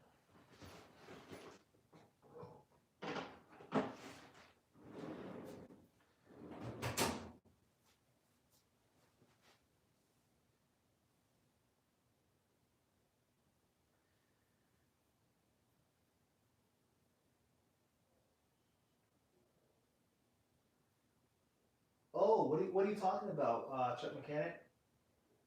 What do you mean by you've seen a lot of fakes? What do you mean?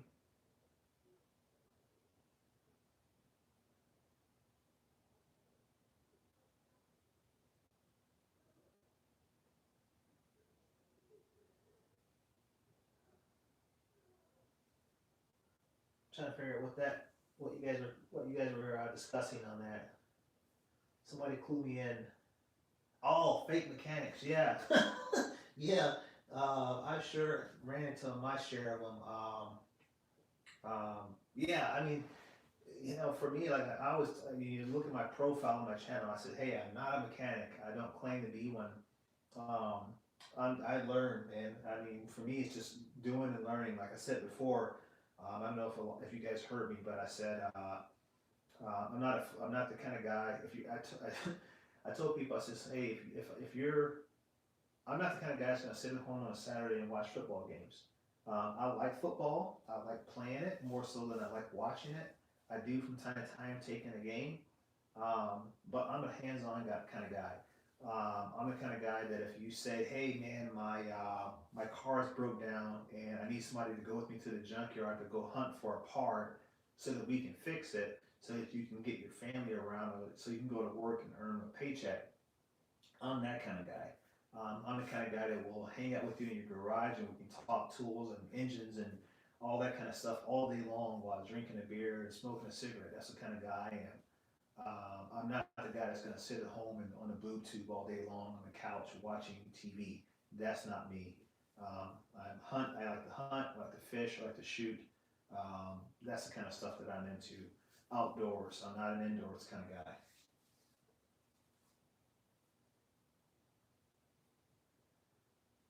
Yeah, thank you, Chuck Mechanic. I appreciate it, man. And I learn. Like it's for me. I'm the mechanical engineering background is helpful, but more than that, it's just having the will and desire to want to learn. I love talking with guys that are older than me, um, working with guys that are older than me to learn trades and things that is dying off, man. You have so many people these days that are older. The guys that know how to build the engine from the very block all the way up and know every component, every feature of the engine and why this does that and what this controls. I mean, those people are like gems to me. I mean, I often think at home, I get on YouTube and I watch videos of different people like Vice Grip Garage.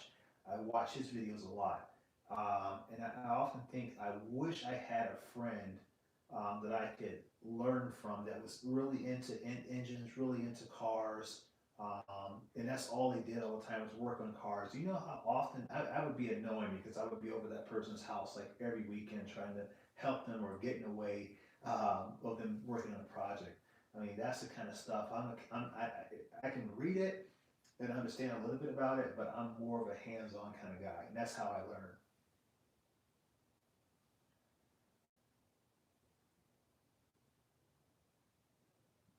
Cat Loco? No way. I know Cat Loco's not on my channel. I will not believe that.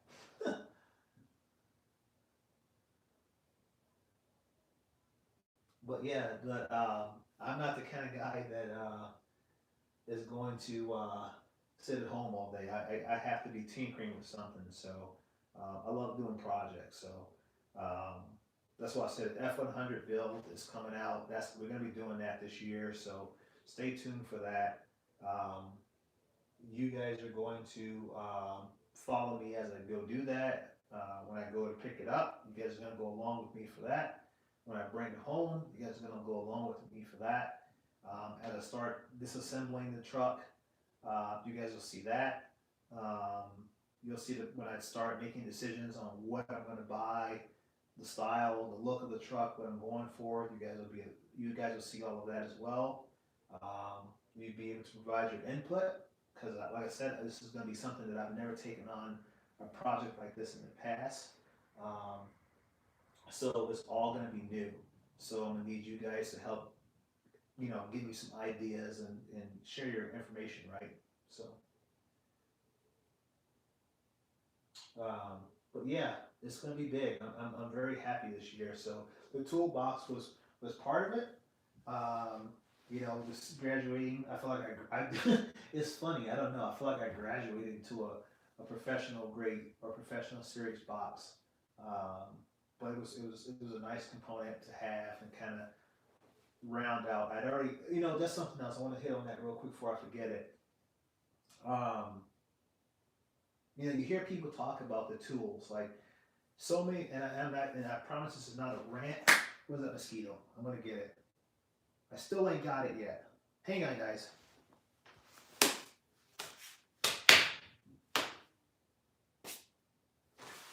All right, I think I got it. I think I got it. Whew. Um, so you hear guys talk about the tools, right? And they'll be like, they'll have, and I've seen it on YouTube. Guys will have, I think I did.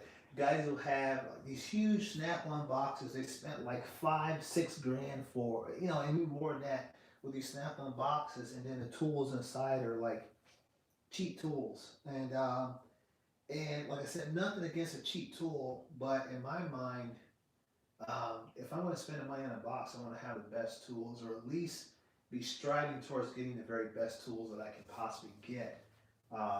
Not saying I'm going to go into debt buying them, because that's not what I'm going to do. Um, but I believe you should have the very best that you can afford. Um, and for me, it was important for me to start at the bottom, work my way up to getting the best tools, and then once I felt like I had the tools that I needed, then go ahead and move into a better box. And I didn't know it was going to happen this quickly. It wasn't like it was part of a process or a plan that I had. It just kind of fell into my lap, and then it was like, oh, okay, I'm there now. But I do think it's important to build up your tool collection first before you go out and then invest in a $5,000 to $10,000 box. I don't know how you guys feel about that.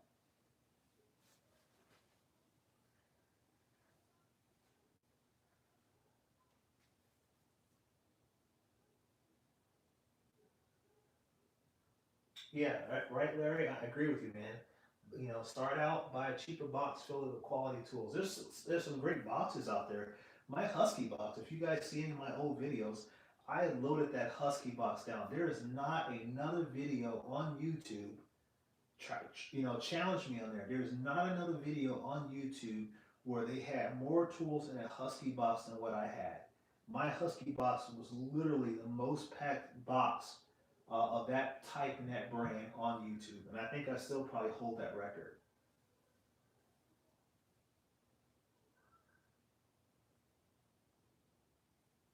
Yeah, and it can, Daniel. You're absolutely right. A cheap tool can get you in a lot of hurt. I've seen guys lose jobs because, or I've heard of guys losing jobs because they bought cheap tools, and the cheap tools caused them to create more damage when they was working on a project. Yeah, yeah. A lot of people are in reverse.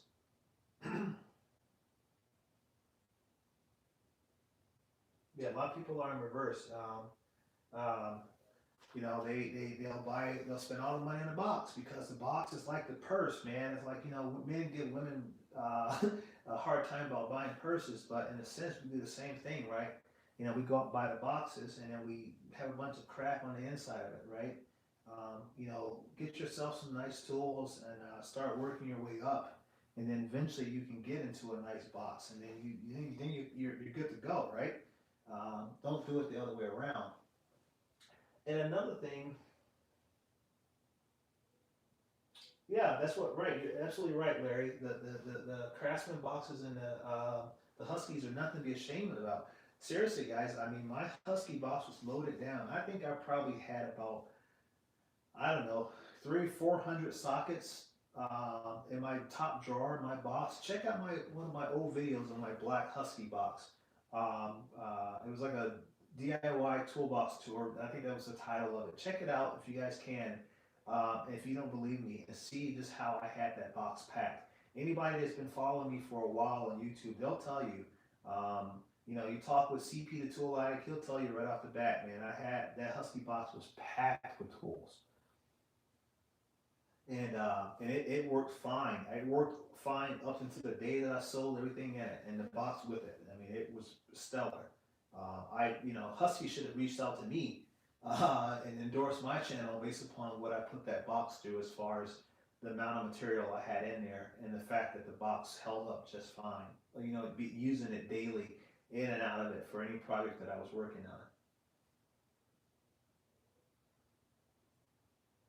on. The other thing too, I know I said I was going to jump off here, but the people, now we're up to 15 again, so maybe I'll stay on for a little longer. Um, One of the other things, I think, I wonder if I sit down if I would be too low. I don't know. My legs are killing me right now. One of the other things that I wanted to talk about is to kind of get you guys' opinion on it. Um, is that a lot of guys will, um, they'll buy a $5,000 to $10,000 toolbox, um, but they will also have a cart like this, and they'll say, well, the $10,000 box it holds the majority of my tools, and then I have everything that I need for any job just about in my work cart, and then but their box is 5 to 10 grand, and then their tool cart is like $2,000, let's just say.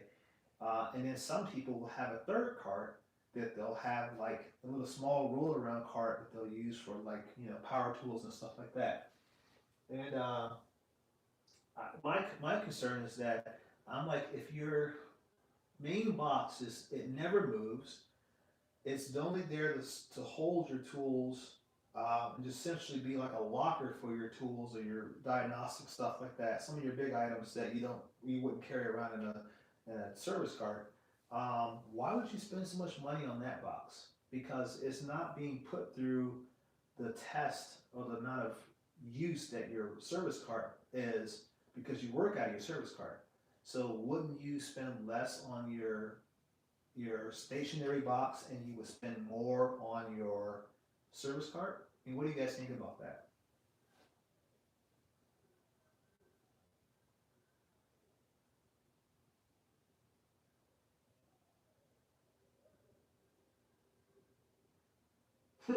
Your box was $12,000. Woo! But seriously, yeah. Type in there, guys. Let me know what you're thinking. Let's talk about this. I really want to. I think that camera adjusted a little bit.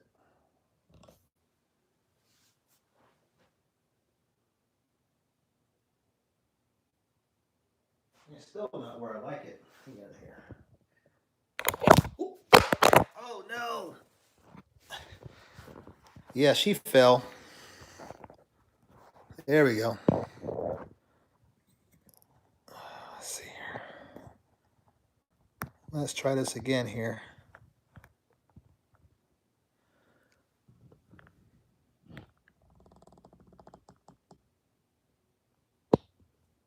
What I'm trying to do is get this camera to be at an angle that you guys can see better. Maybe that'll work.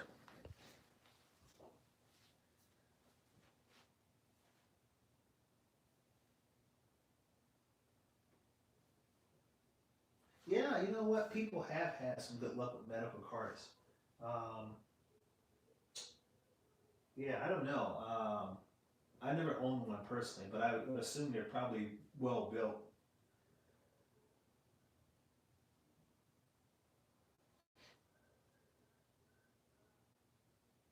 Yeah, yeah. Be smart what you spend, man, and you know.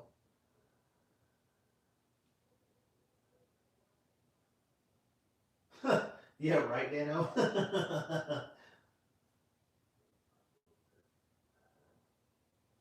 Oh, the icon toolbox. Oh my God, you guys are gonna get me on that one, huh? I think I'm gonna squat. I gotta. I'm killing myself. Let's see. I'm gonna see if you guys can see me real quick. Oh yeah, that works. That works.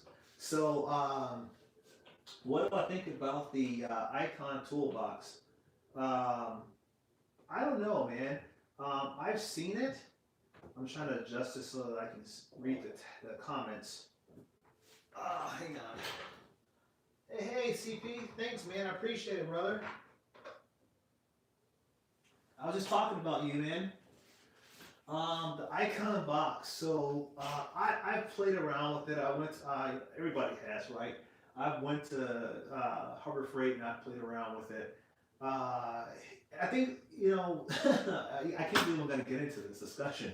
Uh, but Redemption Garage, he did the right thing when he did an honest assessment of that box. And I think the biggest thing, in my opinion, is that he was right when he said the price point doesn't make sense.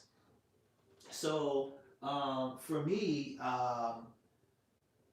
you guys know my entire collection is built off of finding tool deals. The Matco tools in the box are the only things that I've ever paid tool truck price for. Everything else was sourced responsibly in the sense that it was purchased at a very, very, very, very low cost and then probably warranted out and then replaced with something brand new. And that's the gist for my collection here, especially for my Snap-on and Mac tools and SK. Um, but Redemption Garage, he did a good job when he made the statement. And he said that the cost of the price point of that box doesn't make sense, and it doesn't. $4,000 for a Harbor Freight toolbox. I don't care if it's Icon, Decon, Roadcon. I don't care what you call it. It's still Harbor Freight, and $4,000 or whatever it is, or $2,600. Well, I don't know what it was. $3,000. I don't know what the box cost, but I know it's up there. Um, I can go out and find a Snap-on box just like that. I can get on Facebook Marketplace right now during this live stream, and I can find you guys a box in my area for $2,000, guaranteed. A Snap-on box, probably a double bay. I don't know necessarily a triple bay for that price, but I could at least find a double bay Snap-on box on Facebook Marketplace right now. So I don't see the benefit of paying that type of money for a box coming out of Harbor Freight. You can't say nothing about the warranty. You can't say the construction because we know Snap-on is going to be better on all of those facts, whether it be the warranty, the construction, the gauge of the steel, or rather the thickness of the steel, the way that the box is built and put together. You know Snap-on's going to be winning. Snap-on's going to be winning. Cornwell's going to be winning. Matco, you name it. There's a lot more better boxes out there that you can find. The Snap-on's going to be the top tier. So if I can find a Snap-on box at $2,000 that will be a Icon box any day, what do you think I'm going to pay for a Cornwell or a Matco? And I consider those to be just slightly below the quality and standards of a Snap-on box. And that now some people may argue differently, but why would I spend that kind of money on an Icon box? You know, and so yeah, I'm glad you came on. Yeah, I'm glad you came on, CP man. But Super Copper, yeah, man, dude, I seriously, why would you do that? I mean, if you can, I mean, I encourage anyone. Like I said, I support tool trucks. I understand that logic and all of that. But for the average DIYer, it doesn't make sense for a DIYer to uh, go out there and if you're gonna buy something that's top grade, don't go out there and spend your money on a Icon box when you could be buying a Snap-on box for the same price or even less in some cases. Because think about it, if you went out there and bought all of the gadgets that you would get with the Icon, the little side locker and the box and the hutch and all of that, you're spending way more than what you would spend on a Snap-on box. So, just saying.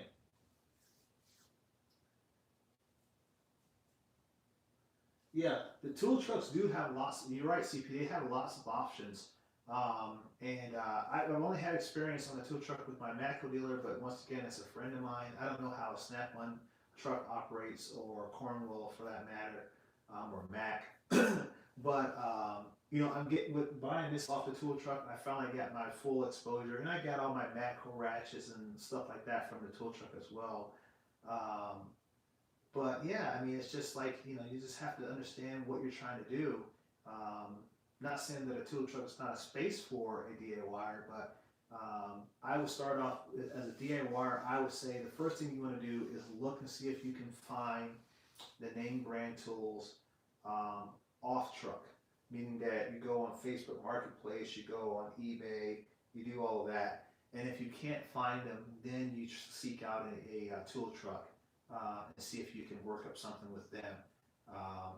But don't try to take advantage of that process, because if DIYers are allowed to get on the tool truck and engage with these guys, we want to make sure that we're doing it responsibly and that we're not trying to take advantage of the options and the different programs that the tool truck guys can offer.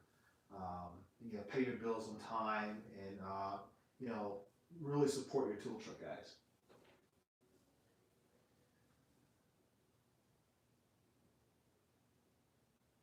Yeah, I believe I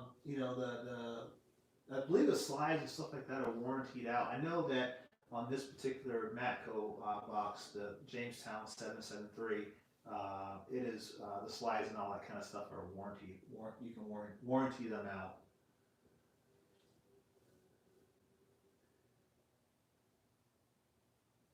Yeah, they don't.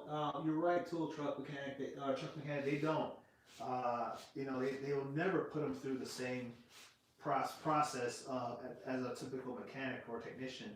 But DIYers can learn a lot. I think it's essential for a DIYer to um, get their experience and their guidance from mechanics, people that know. Um, t- Taking for instance, CP. I think he's still on. CP and I have been engaging for a long time, and there are some biases that I had that really didn't have a good foundation. And then he brought up certain videos, or certain in his videos he brought up certain points that I never considered.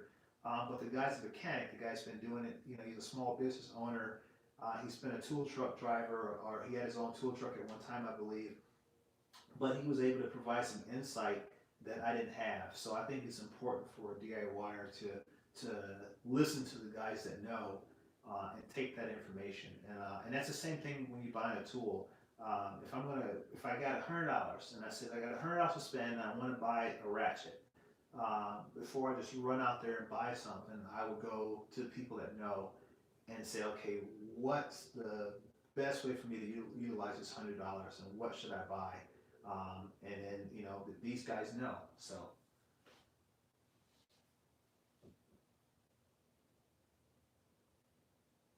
yeah, the tool truck prices. You're right. The prices are something to take. It's interesting, right? In the sense that you know that you could probably find the tools for cheaper. A lot of times you can, but you're paying for some other things that you may not necessarily get um, on the tool truck. You're building a relationship, you're building a rapport. You should have a dealer or a tool truck person that really respects your business and really wants to have you as a customer, and they're willing to put forth an effort to find things that maybe they don't have on the truck, or that they're willing to put in the effort to go you need a tool really bad, they'll put in an effort to go locate it, things of that nature. So you're trying to, they need to sell you more than just a tool itself. Because if a tool truck is only selling you a tool and they're not selling you a service, I can go out and buy that tool on eBay, or I can go out and buy that tool from my neighbor. And then if that tool breaks, hopefully I don't have just a single tool, like a ratchet, let's say. Hopefully I've got multiple ratchets. So if that nice ratchet breaks, I can send it off to Snap-on, they'll warranty it out. And then in between time, I have an intermediate tool that I can use until I get my professional grade tool back. So the tool trucks have to be selling you more than just a tool itself. They have to be selling you a service that extends well beyond the product that you're buying.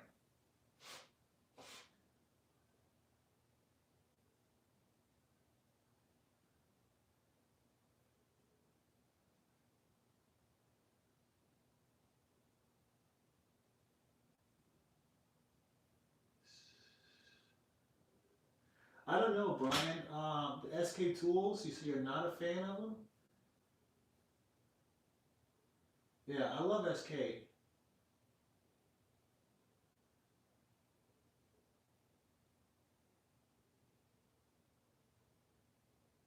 Yeah, you're right, Robert. I don't think, yeah, yeah, the question of quality, right, is what we're talking about there. And yeah, no tool will last a lifetime.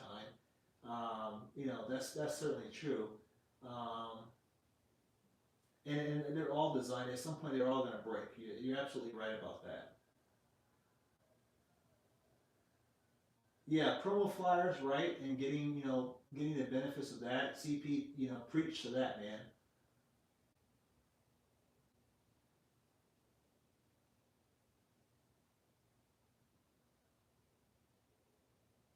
Yeah, you're absolutely right, Larry. Yeah, it's about the service. You're paying for the service, the higher quality of tools, and having that at your disposal. That's important. What's going on, too, Guy Ty?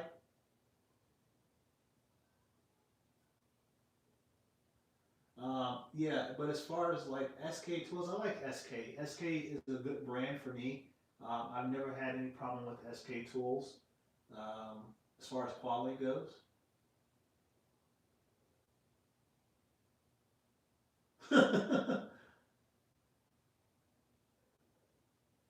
Yeah, I'm very limited Harbor Freight stuff now. When I first started out, I was like everyone else, especially as a DIYer. I started with Harbor Freight and Craftsman and USA, and then kept moving towards the next. I call it the Dave Ramsey process of building your tool collection.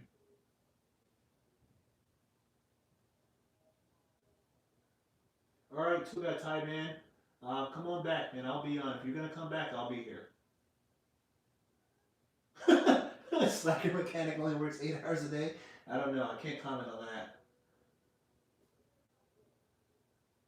Yeah, Harbor Freight stuff will disappoint you in time. It will. A lot of guys are talking about the icon stuff. I really want to see somebody put the icon tools through the process and really hammer on them. I think the best person to do that would probably be Bearded CB82. I think Bearded CB would do it because he's done a great job with Capri, and I would love to see him really hammer on some icon stuff and let us know how they work out. I know he did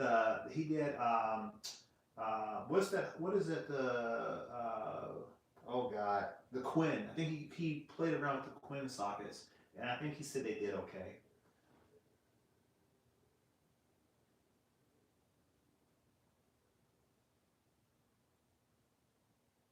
Yeah, truck mechanic. Yeah, cheap tools can be very dangerous, man.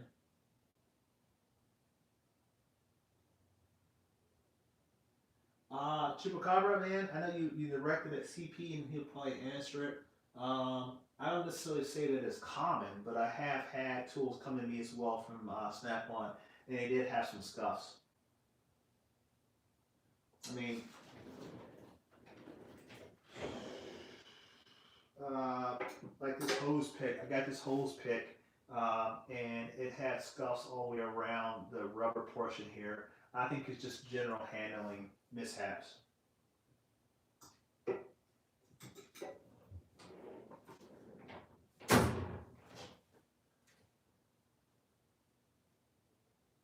Yeah, as far as Matco tools, I don't have any Matco wrenches. I do have a couple of line wrenches, but they're the old USA line wrenches, and I don't know who was making them for them back then.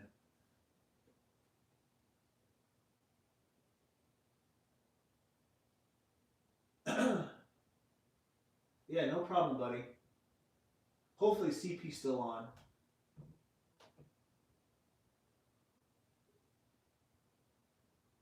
Yeah, that shouldn't happen. That shouldn't happen with Snap-on tools. I don't think that they should come to you all scuffed up. But if you're warranting a tool out, I think it is possible because it's not pre-packaged. So when you warranty tools out, they come to you in a plastic poly bag, and then they're thrown in a box with some packing paper, and then you get them. So they're pulling them from their inventory, and they're likely to get scuffed up in that process.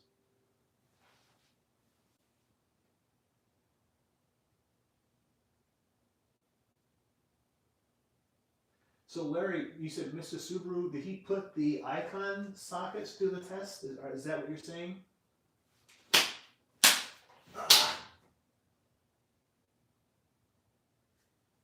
I think I got it.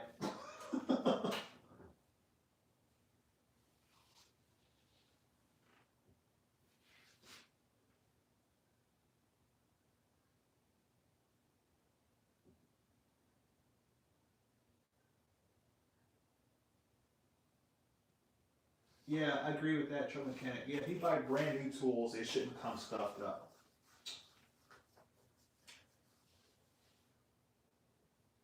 Yeah, and if it didn't come in a set, that's probably why.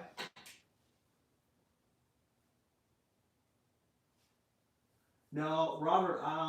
Yeah. On the. Let's see if I can find them real quick. Um,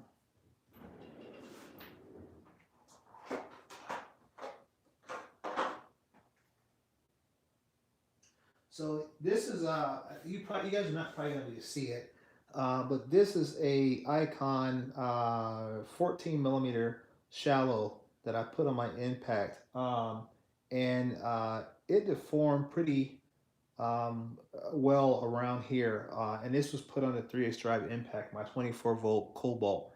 Um, it still fits it still fits fine, but it did deform. Um, it's just something. It also deformed here around the broaching. So I don't know.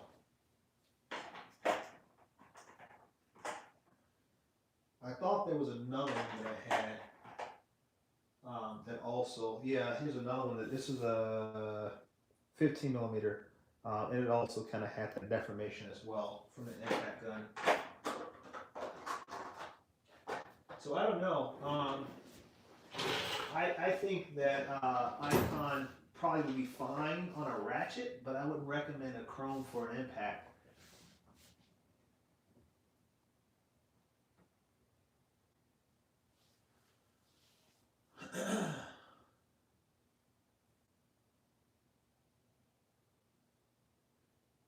Uh, yeah, they can. I mean, I guess David or Dave HX. I guess yeah, your statement's right. Most manufacturers can make sockets these days. Yeah, they can make them, but I don't necessarily know that they all have the same level of quality. Um, See, the interesting thing about Snap-on is that I said it earlier in the stream is that Snap-on, they say that they have a proprietary metal or proprietary alloy. It's chrome. It's probably chrome moly, but it's got something else. It's an alloy metal. So they've added something else to that metal for strength and ductility. That can absorb the use of an impact or a ratchet that makes their sockets perform better than their closest competitor. I don't know what that is, and obviously it's proprietary, so we'll probably never know what that is.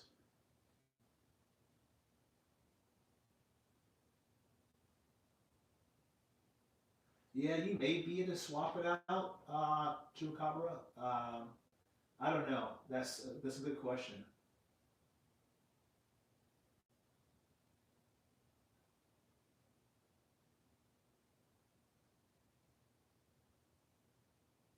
Probably so, Robert. I don't know.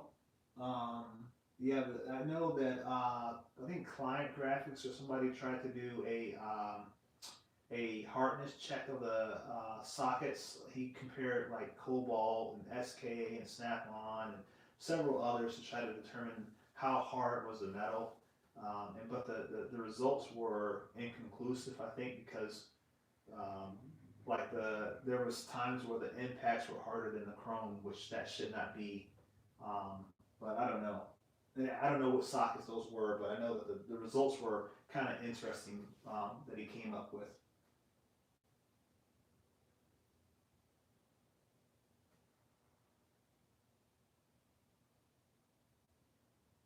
I wouldn't be ashamed to say I have some Husky tools, Brian. I mean, I do too. I've got some Husky USA sockets down here that look like they would hold up pretty well. Yeah, an impact. Yeah, you're right, truck mechanic. Yeah, an impact would chew up an Icon socket. I mean, hey Fernando.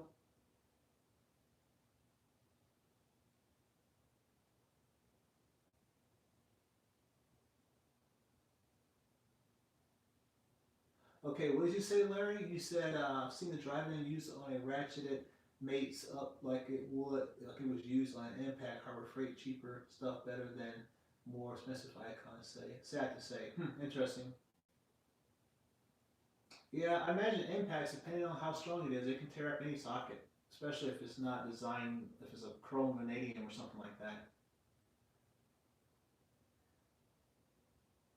Yeah, that's what I said, Robert. And I told Client Graphics that I said you can't accurately assess the hardness of the metal because you have a chrome, and chrome is always harder than the substrate material. So he would have to remove the chrome in order to really determine how hard the substrate metal was, or the metal beneath the chrome. All right, truck mechanic man, I see you guys. Thank you for stopping in.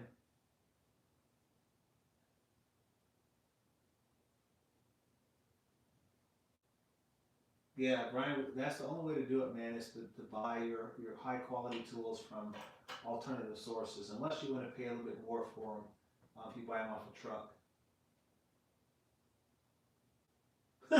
He did, Robert. Interesting. Yeah, I comment. If you look at that video, you see I did make that comment as well. I was like one of the first people that mentioned that. Somebody else got to it before I did, but I did call it out because right now, as a mechanical engineer, I work for a company that deals primarily with. We don't deal primarily. We only deal with alloys. So we work with Inconels, Hastelloys, Elgalloys, stainless steels, nitinol, titanium, uh, uh, all various metals. We produce pretty much any kind of metal, even precious metals. We not only do we make them into products, but we also melt them in our melt shop. So I know a lot about metal chemistry, metallurgy in general. And I was telling him that, says, hey, you can't really assess the hardness of that alloy um, when you're using that indenting ball directly over the chrome. It's going to throw off your reading.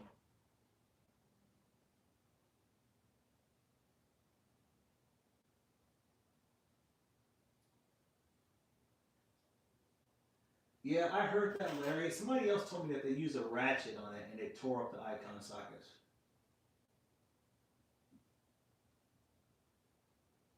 Yeah, you should be using Chrome. I mean, uh, you should be.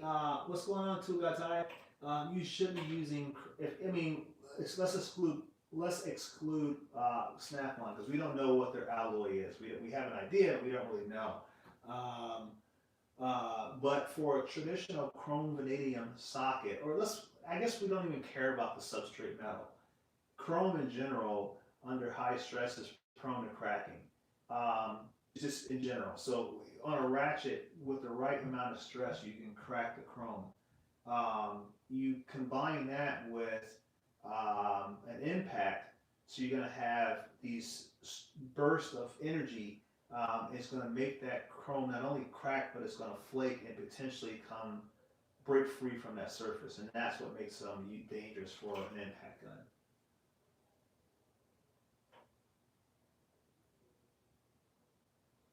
Yeah, some of the Harbor Freight stuff, the Pittsburgh Pro stuff, the Impacts. I don't know about the Chromes.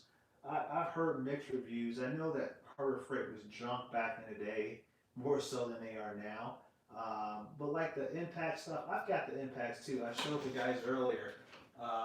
You know that I do have Harbor Freight Pittsburgh Pro Impacts. I have them as well. Um, you know, if I'm going to the junkyard and I want to pull some parts off a vehicle, I'm probably not going to take my Snap-on stuff anywhere. The Snap-on stuff's going to stay in my garage. So they're not going to go to a junkyard where I can potentially lose them. No, I'm not going to do that.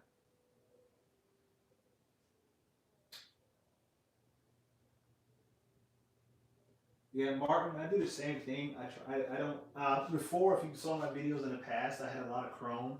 I had an equal amount, so I had for every Chrome set of sockets I had Impact sockets as well. This time around, I'm only rocking Chrome, or no, sorry, I'm only rocking Impact. So primarily everything in my box is Impact.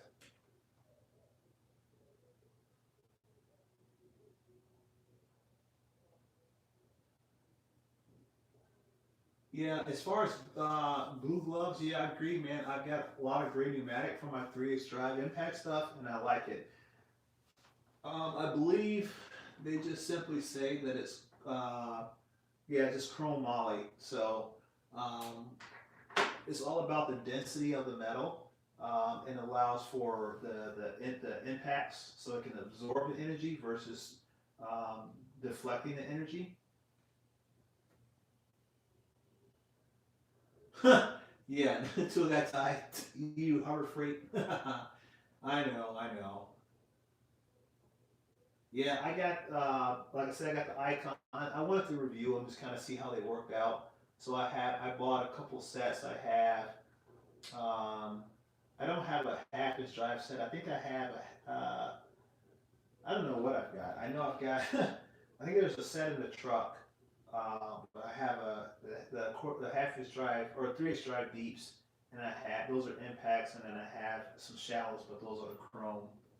And I think, oh, and I have one set of impacts and two sets of chrome. So I have a 1/4 inch drive set that's also chrome.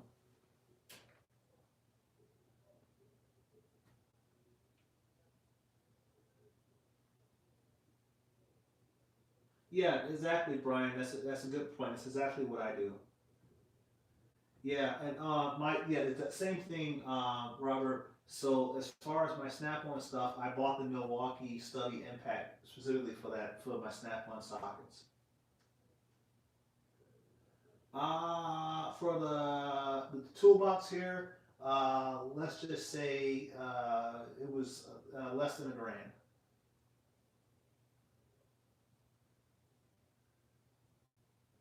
No, it didn't. It was the box retails I think for 2,700. I looked at the sticker on the back. This box was built in February of 2020, and I think when it first came out, it was 2,700. I believe it was. But yeah, I didn't pay anywhere near that.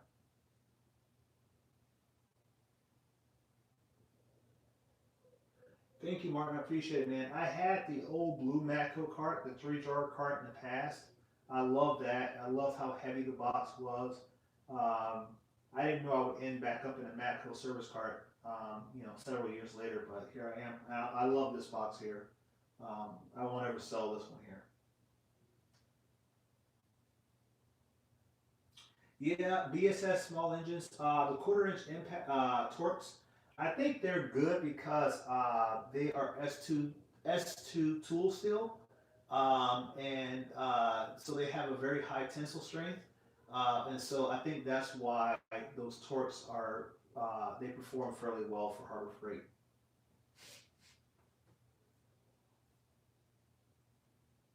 Yeah, I got this particular box. It was like I said, it was 2,700 brand new. It's only what 2 months old. It was built in the end of February. But so it came out. It rode on the truck forever. Then the price kept getting dropped down. Then when I went to buy it, I worked out a deal with some trades already and an additional family discount because like I said, my Macro guy and I are really good friends, so I got a family discount. And on top of that, we looked it up in the system. the Matco box was on promo. So not only did I get all the other money off, but I also got a lower price in general. So that's why it was so cheap. Thank you, Matt G6. Appreciate it, man. What's going on, Quad Piston? Thank you for coming in, man.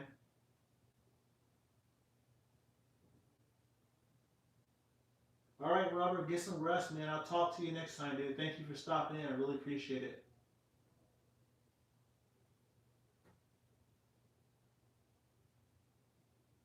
Yeah, so when it comes to the warranty process in my video, I talk about, what I recommend everyone does when sending in. Now, this is purely, that video is primarily focused towards DIYers, and so how DIYers should engage Snap-on or Mac for that matter as far as warranting out a tool.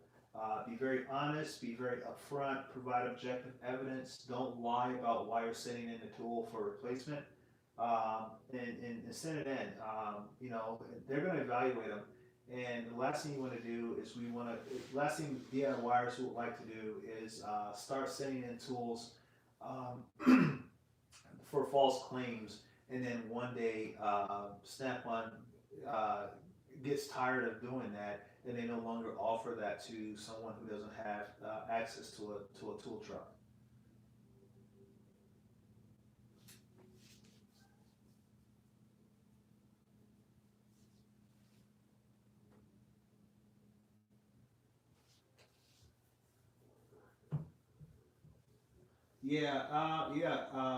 Brian, I get that. Thank you, CP. Appreciate it, man.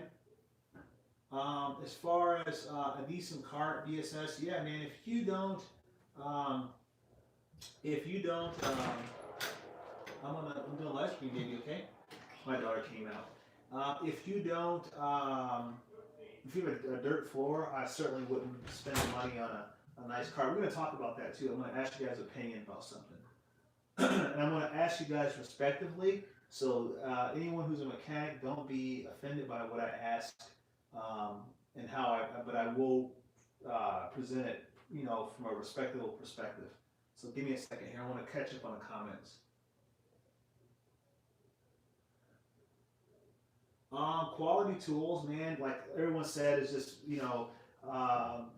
estate sales, Facebook Marketplace, Craigslist. I don't think you're gonna find a good deal on eBay or eBay or Amazon for a high-end quality tool, because those people have already looked at what the tool costs brand new, and then they've already done the math to figure it out. You're trying to get what I call crackhead deals. You're trying to find people who are trying to I hate to say it this way, but are really hard pressed for money and are looking to sell things really quick, very fast, and very cheap. That's what you're looking at. You're not. It almost sounds like you're taking advantage of it, but at the same time, they're in need of money and they're willing to liquidate something, and you just happen to be the person that's providing them with the money that they're looking for. So it's a business transaction. I mean, some people are gonna lose out on one end or the other, and hopefully you're on the winning end. I mean, let's just be honest.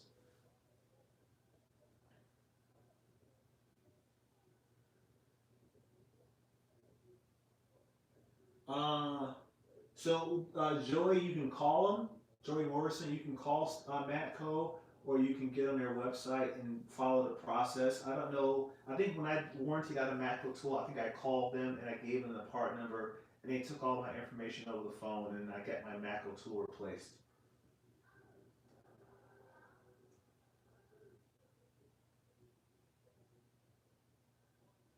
Thank you, Blue Gloves. Appreciate it, man. Yeah, Dave, I did say it. Crackhead deals. I call them crackhead deals because it's people. Believe it or not, I bought tools from people that I know for a fact they was on something, and they were looking to make a score, and they were selling off what they had, and I bought some stuff from them. So you have to be very careful. But I carry. So I make sure that if I meet somebody to buy something from them, I'm probably the last person you want to try to rob.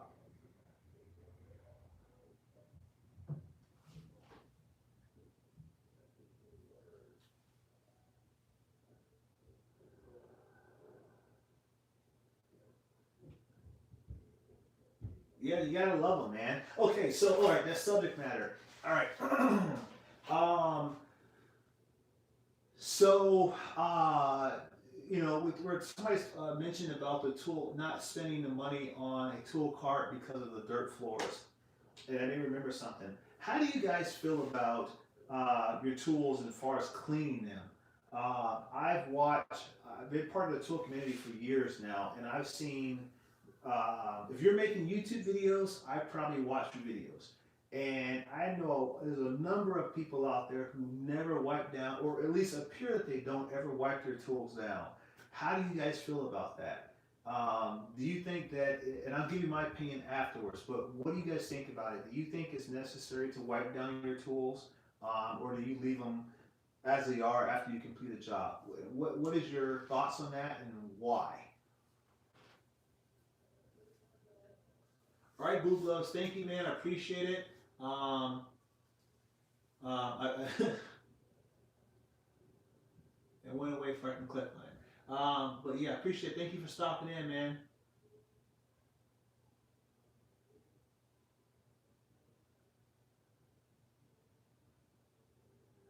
Good luck on that. Thank you. Appreciate it.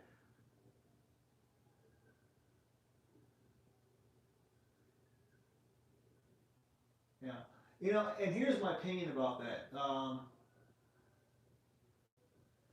Here's my opinion about that. Um, if you spend money, all right. Now, I'm not saying that. I think anybody, regardless of the tool quality, I think if you're buying Harbor Freight, you should wipe them down. If you're buying Snap-on or Mac, you should wipe them down. But primarily for the people who spend the money on your tools, I think that you're doing yourself a disservice by spending all that money because you're not. There's not a lot of people like me and some of the other people that are non-mechanics and that are still have what they have and not buying them off the tool truck. So most of the time, most mechanics, in my experience, are somehow engaged with the tool truck. They have that business relationship with the tool truck, and so they're paying a little bit more price. They're paying a little bit more money for the tools that they have because they are buying them from a tool truck. Let's be honest. And then they throw them in a toolbox and they sling them around and they toss them around in a box and then they leave them dirty, covered in oil, grime, and grit. And I'm like, you're doing yourself a disservice. You just spent all that money on these tools and yet you treat them like you bought them from Harbor Freight. And I think, that almost irritates me in a sense. I don't know if should I even care? I don't know. I just seem like it's like, what's the point?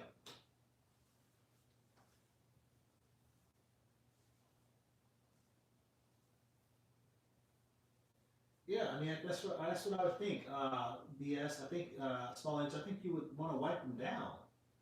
Yeah, and then spray a fluid film on them to keep them from rusting. Exactly. If you look at any of my tools, they're always coated. They're coated in oil. Um, just just the way that it is. I'm trying to keep it nice.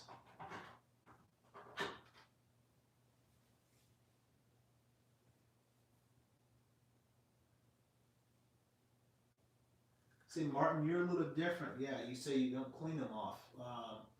Are most of your tools like Snap-on or Mac or what?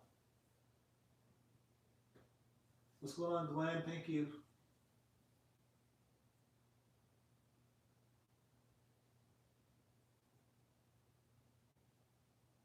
Yeah, so you have most of your stuff is empty. So that's interesting. So, you know, you spend the money on them, and then you do try to. You say you do try to clean them, and I understand that too. I understand that a lot of guys have a lot of work coming in. You're certainly not going to wipe your tools down after every job. I get that. But if you say, yeah, man, I would do my job throughout Monday through Friday or whatever, and then like Friday afternoon or whatever, or Saturday or whatever it is, I try to wipe them down or get everything cleaned up for the work week ahead. I'd understand that. But some of these guys, man, they never wipe down their tools. It's like the guys who drink out of the same coffee cup and never clean the coffee cup. And they say that the coffee cup, the coating inside of it adds flavor. Believe it or not, I worked with the old, he was a maintenance guy. This guy never cleaned his coffee cup, never cleaned it. All he would do is he would drink coffee all day long. He would leave a little bit in there, and the next day he would pour hot coffee in, pour that out, and then add the new coffee in. So the cup was black as the coffee that he poured into it.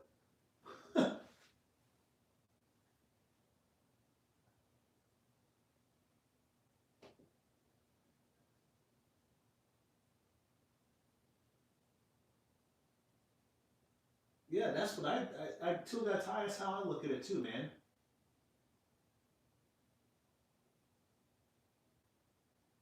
Yeah, that's interesting, Dave. That's very interesting.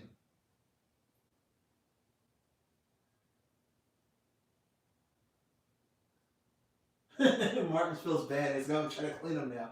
It's not to pick on you, Martin, or anyone else for that matter. It's just an observation that I made. Um, but yeah, I think that you should wipe down your tools because maybe like the different chemicals, right? Rubber, uh, plastic is impervious to pretty much all chemicals. There's about 7 chemicals that exist that can actually eat plastic or polytetrafluoroethylene. I'm a mechanical engineer. I'm sorry. I spent 10 years in polymers. Um, but so plastic, or also known as PTFE, polytetrafluoroethylene, um, there's about 7 chemicals that exist in the world that can actually eat plastic, and they have to be at such a high level of concentration to even start to eat that you consider them to be basically impervious to most chemicals, right?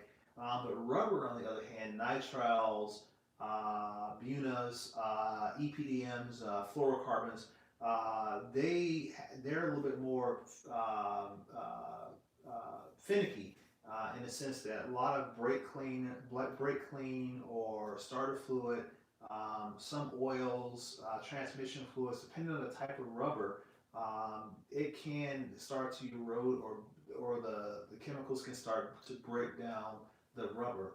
So that's why I think it's important to wipe your stuff down.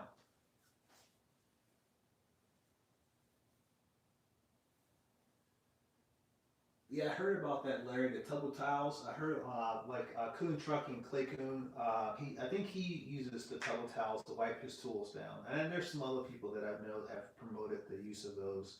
Um, for me, believe it or not, the, I don't know how many of you guys have ever heard of Dollar Tree or U.S. General, or what is it, Dollar General.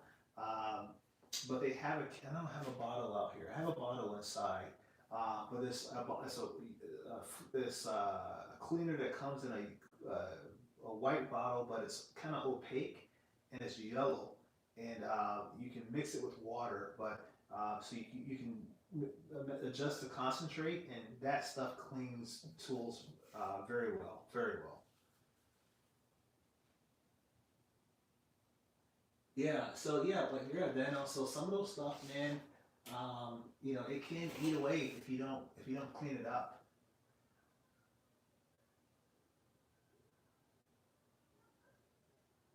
Just warranty them out.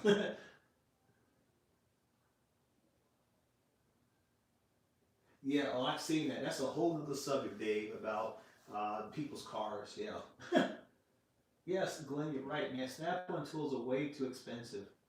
And the same thing goes for rust. I mean, I know rust has been a topic here. I've been asked more times than I like to admit about how to prevent rust and how to remove rust, and there's multiple different techniques out there, and how to oil them up, and what do you use, and what works best. And Snap-on's impacts seem to rust faster than gray pneumatic. I don't know. I've heard that as well. So, yeah, there it is. LA, totally, totally awesome. There you go, two guy tie. You know exactly what I'm talking about, brother. That stuff is great. It not only it clean your tools, but if you spray it on your wheels and your tires in your truck or your car, it'll remove brake dust very effectively. Will Snap on, like cosmetics? I think they will, like flaking chrome. They will, because the flaking chrome can be dangerous. If there was like let's say during the stamping process or the machining process, something wasn't machined correctly, that's considered cosmetic. They probably would warranty because it's a workmanship issue. Um, but like to say, I've used a tool and now it doesn't look the same. I don't know that they would warranty for that. You probably could, depending on how you phrase the problem or complaint. But yeah, I don't know. I never heard of anybody having submitting a claim to Snap One and it being rejected. So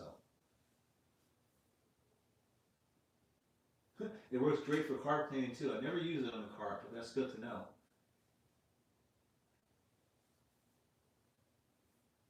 Yeah, if the chrome is chipping, Martin, yeah, they would warranty for that.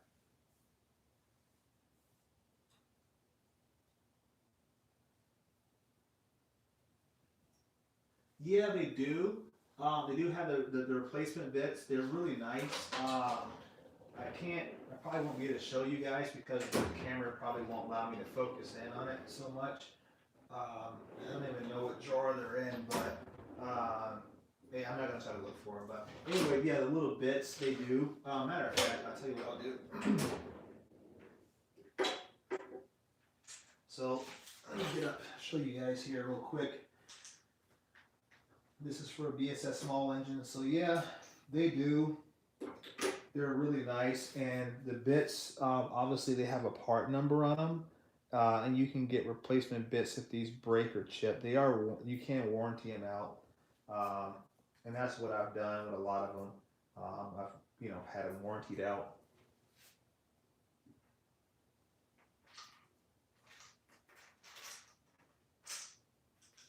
Like these here though, these particular ratcheting screwdrivers, these are like collector's items. I don't even use these here, so they're eye candy. I use this Snap-on one here if I'm going to do anything. This is better, and it's got the removable shaft that you can put various shafts, lengths of shafts on there. It's really nice. So.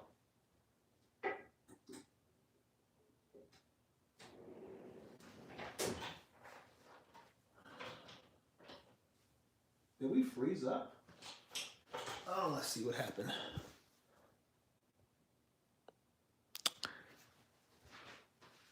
Let's see here. Hopefully we're still recording. Sorry about that, guys. I think we froze up there.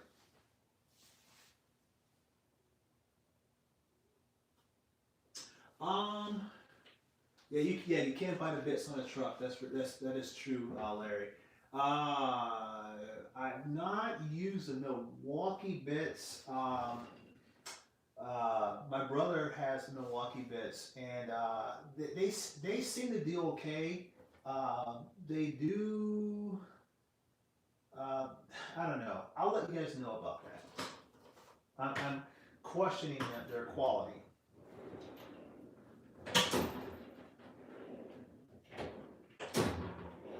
Trying to find.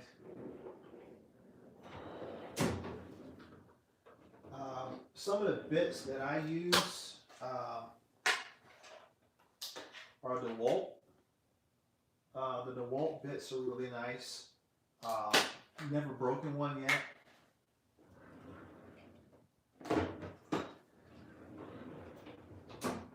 And then I also have, I use my, these are a set of Blue Point, and I use these Blue Point bits here as well. These do really nice as well. So.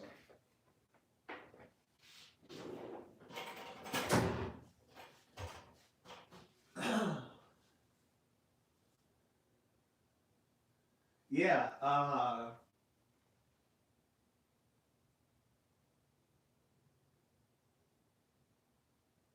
Yeah, that's interesting, Dad. You should probably warranty that out. You get a lot of tools, man. You got to warranty out. You could get on that, or send them to me. I'll warranty them out for you. All right, welcome back, BSS Small Engines.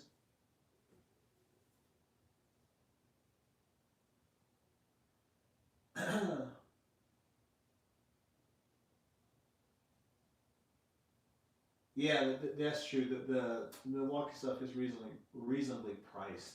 I do like. I think I tried some Milwaukee sockets. Didn't like those sockets. I didn't. They weren't mine. I was just using some.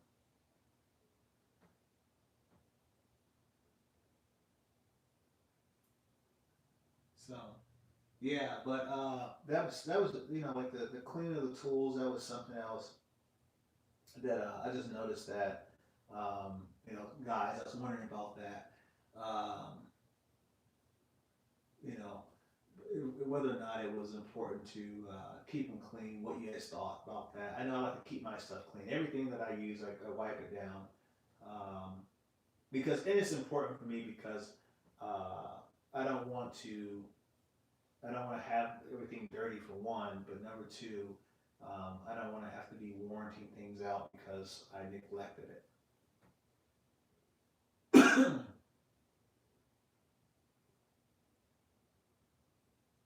Oh wow, nice. The number 2 bit. Yeah, Larry. I used to the Irwins. I have a lot of Irwin bits. Yeah, I like those as well.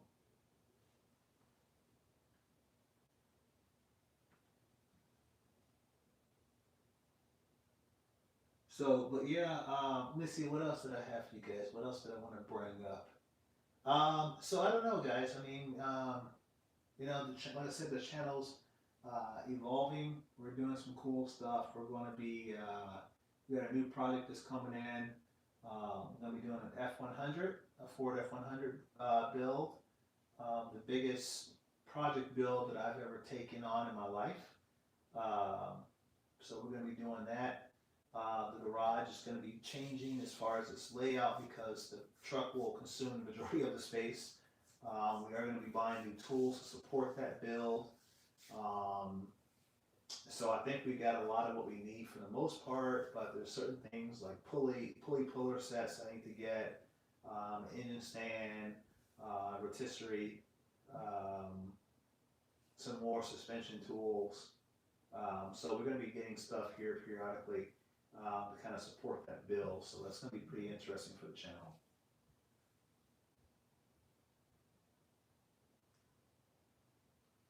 Yeah, Beast of Small Engines. I don't know if you ever looked at my older videos, man. I had a Husky box as well. I kept that thing spotless. All right, guys. It is 11 o'clock Eastern Standard Time. So I'm going to jump off here. I appreciate you guys hanging out with me tonight for 2 hours. I'm pretty sure it was over 2 hours now.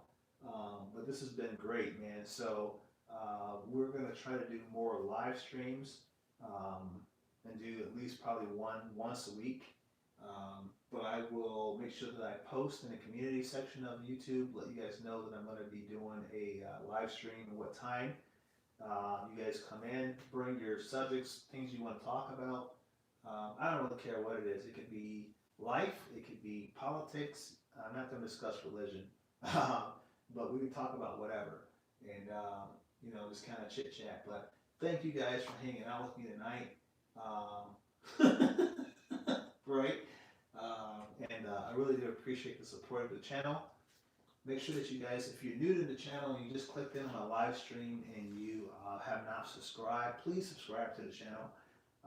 We are trying to grow. Make sure that you like everything. If you like the videos, if you don't like it, leave me a comment. I do try to get back to all the comments at some point in time. You can also find me later, BSS. Thank you, Daniel. Thank you, Larry. Thank you, Brian. You guys can find me on Instagram at Midwest_tool_review, just like the channel. And send me messages on there as well. I will reach out to you, respond to you in there as well. We got new stuff coming up, so I hope you guys enjoy. And as always, see you guys on the next one. Peace.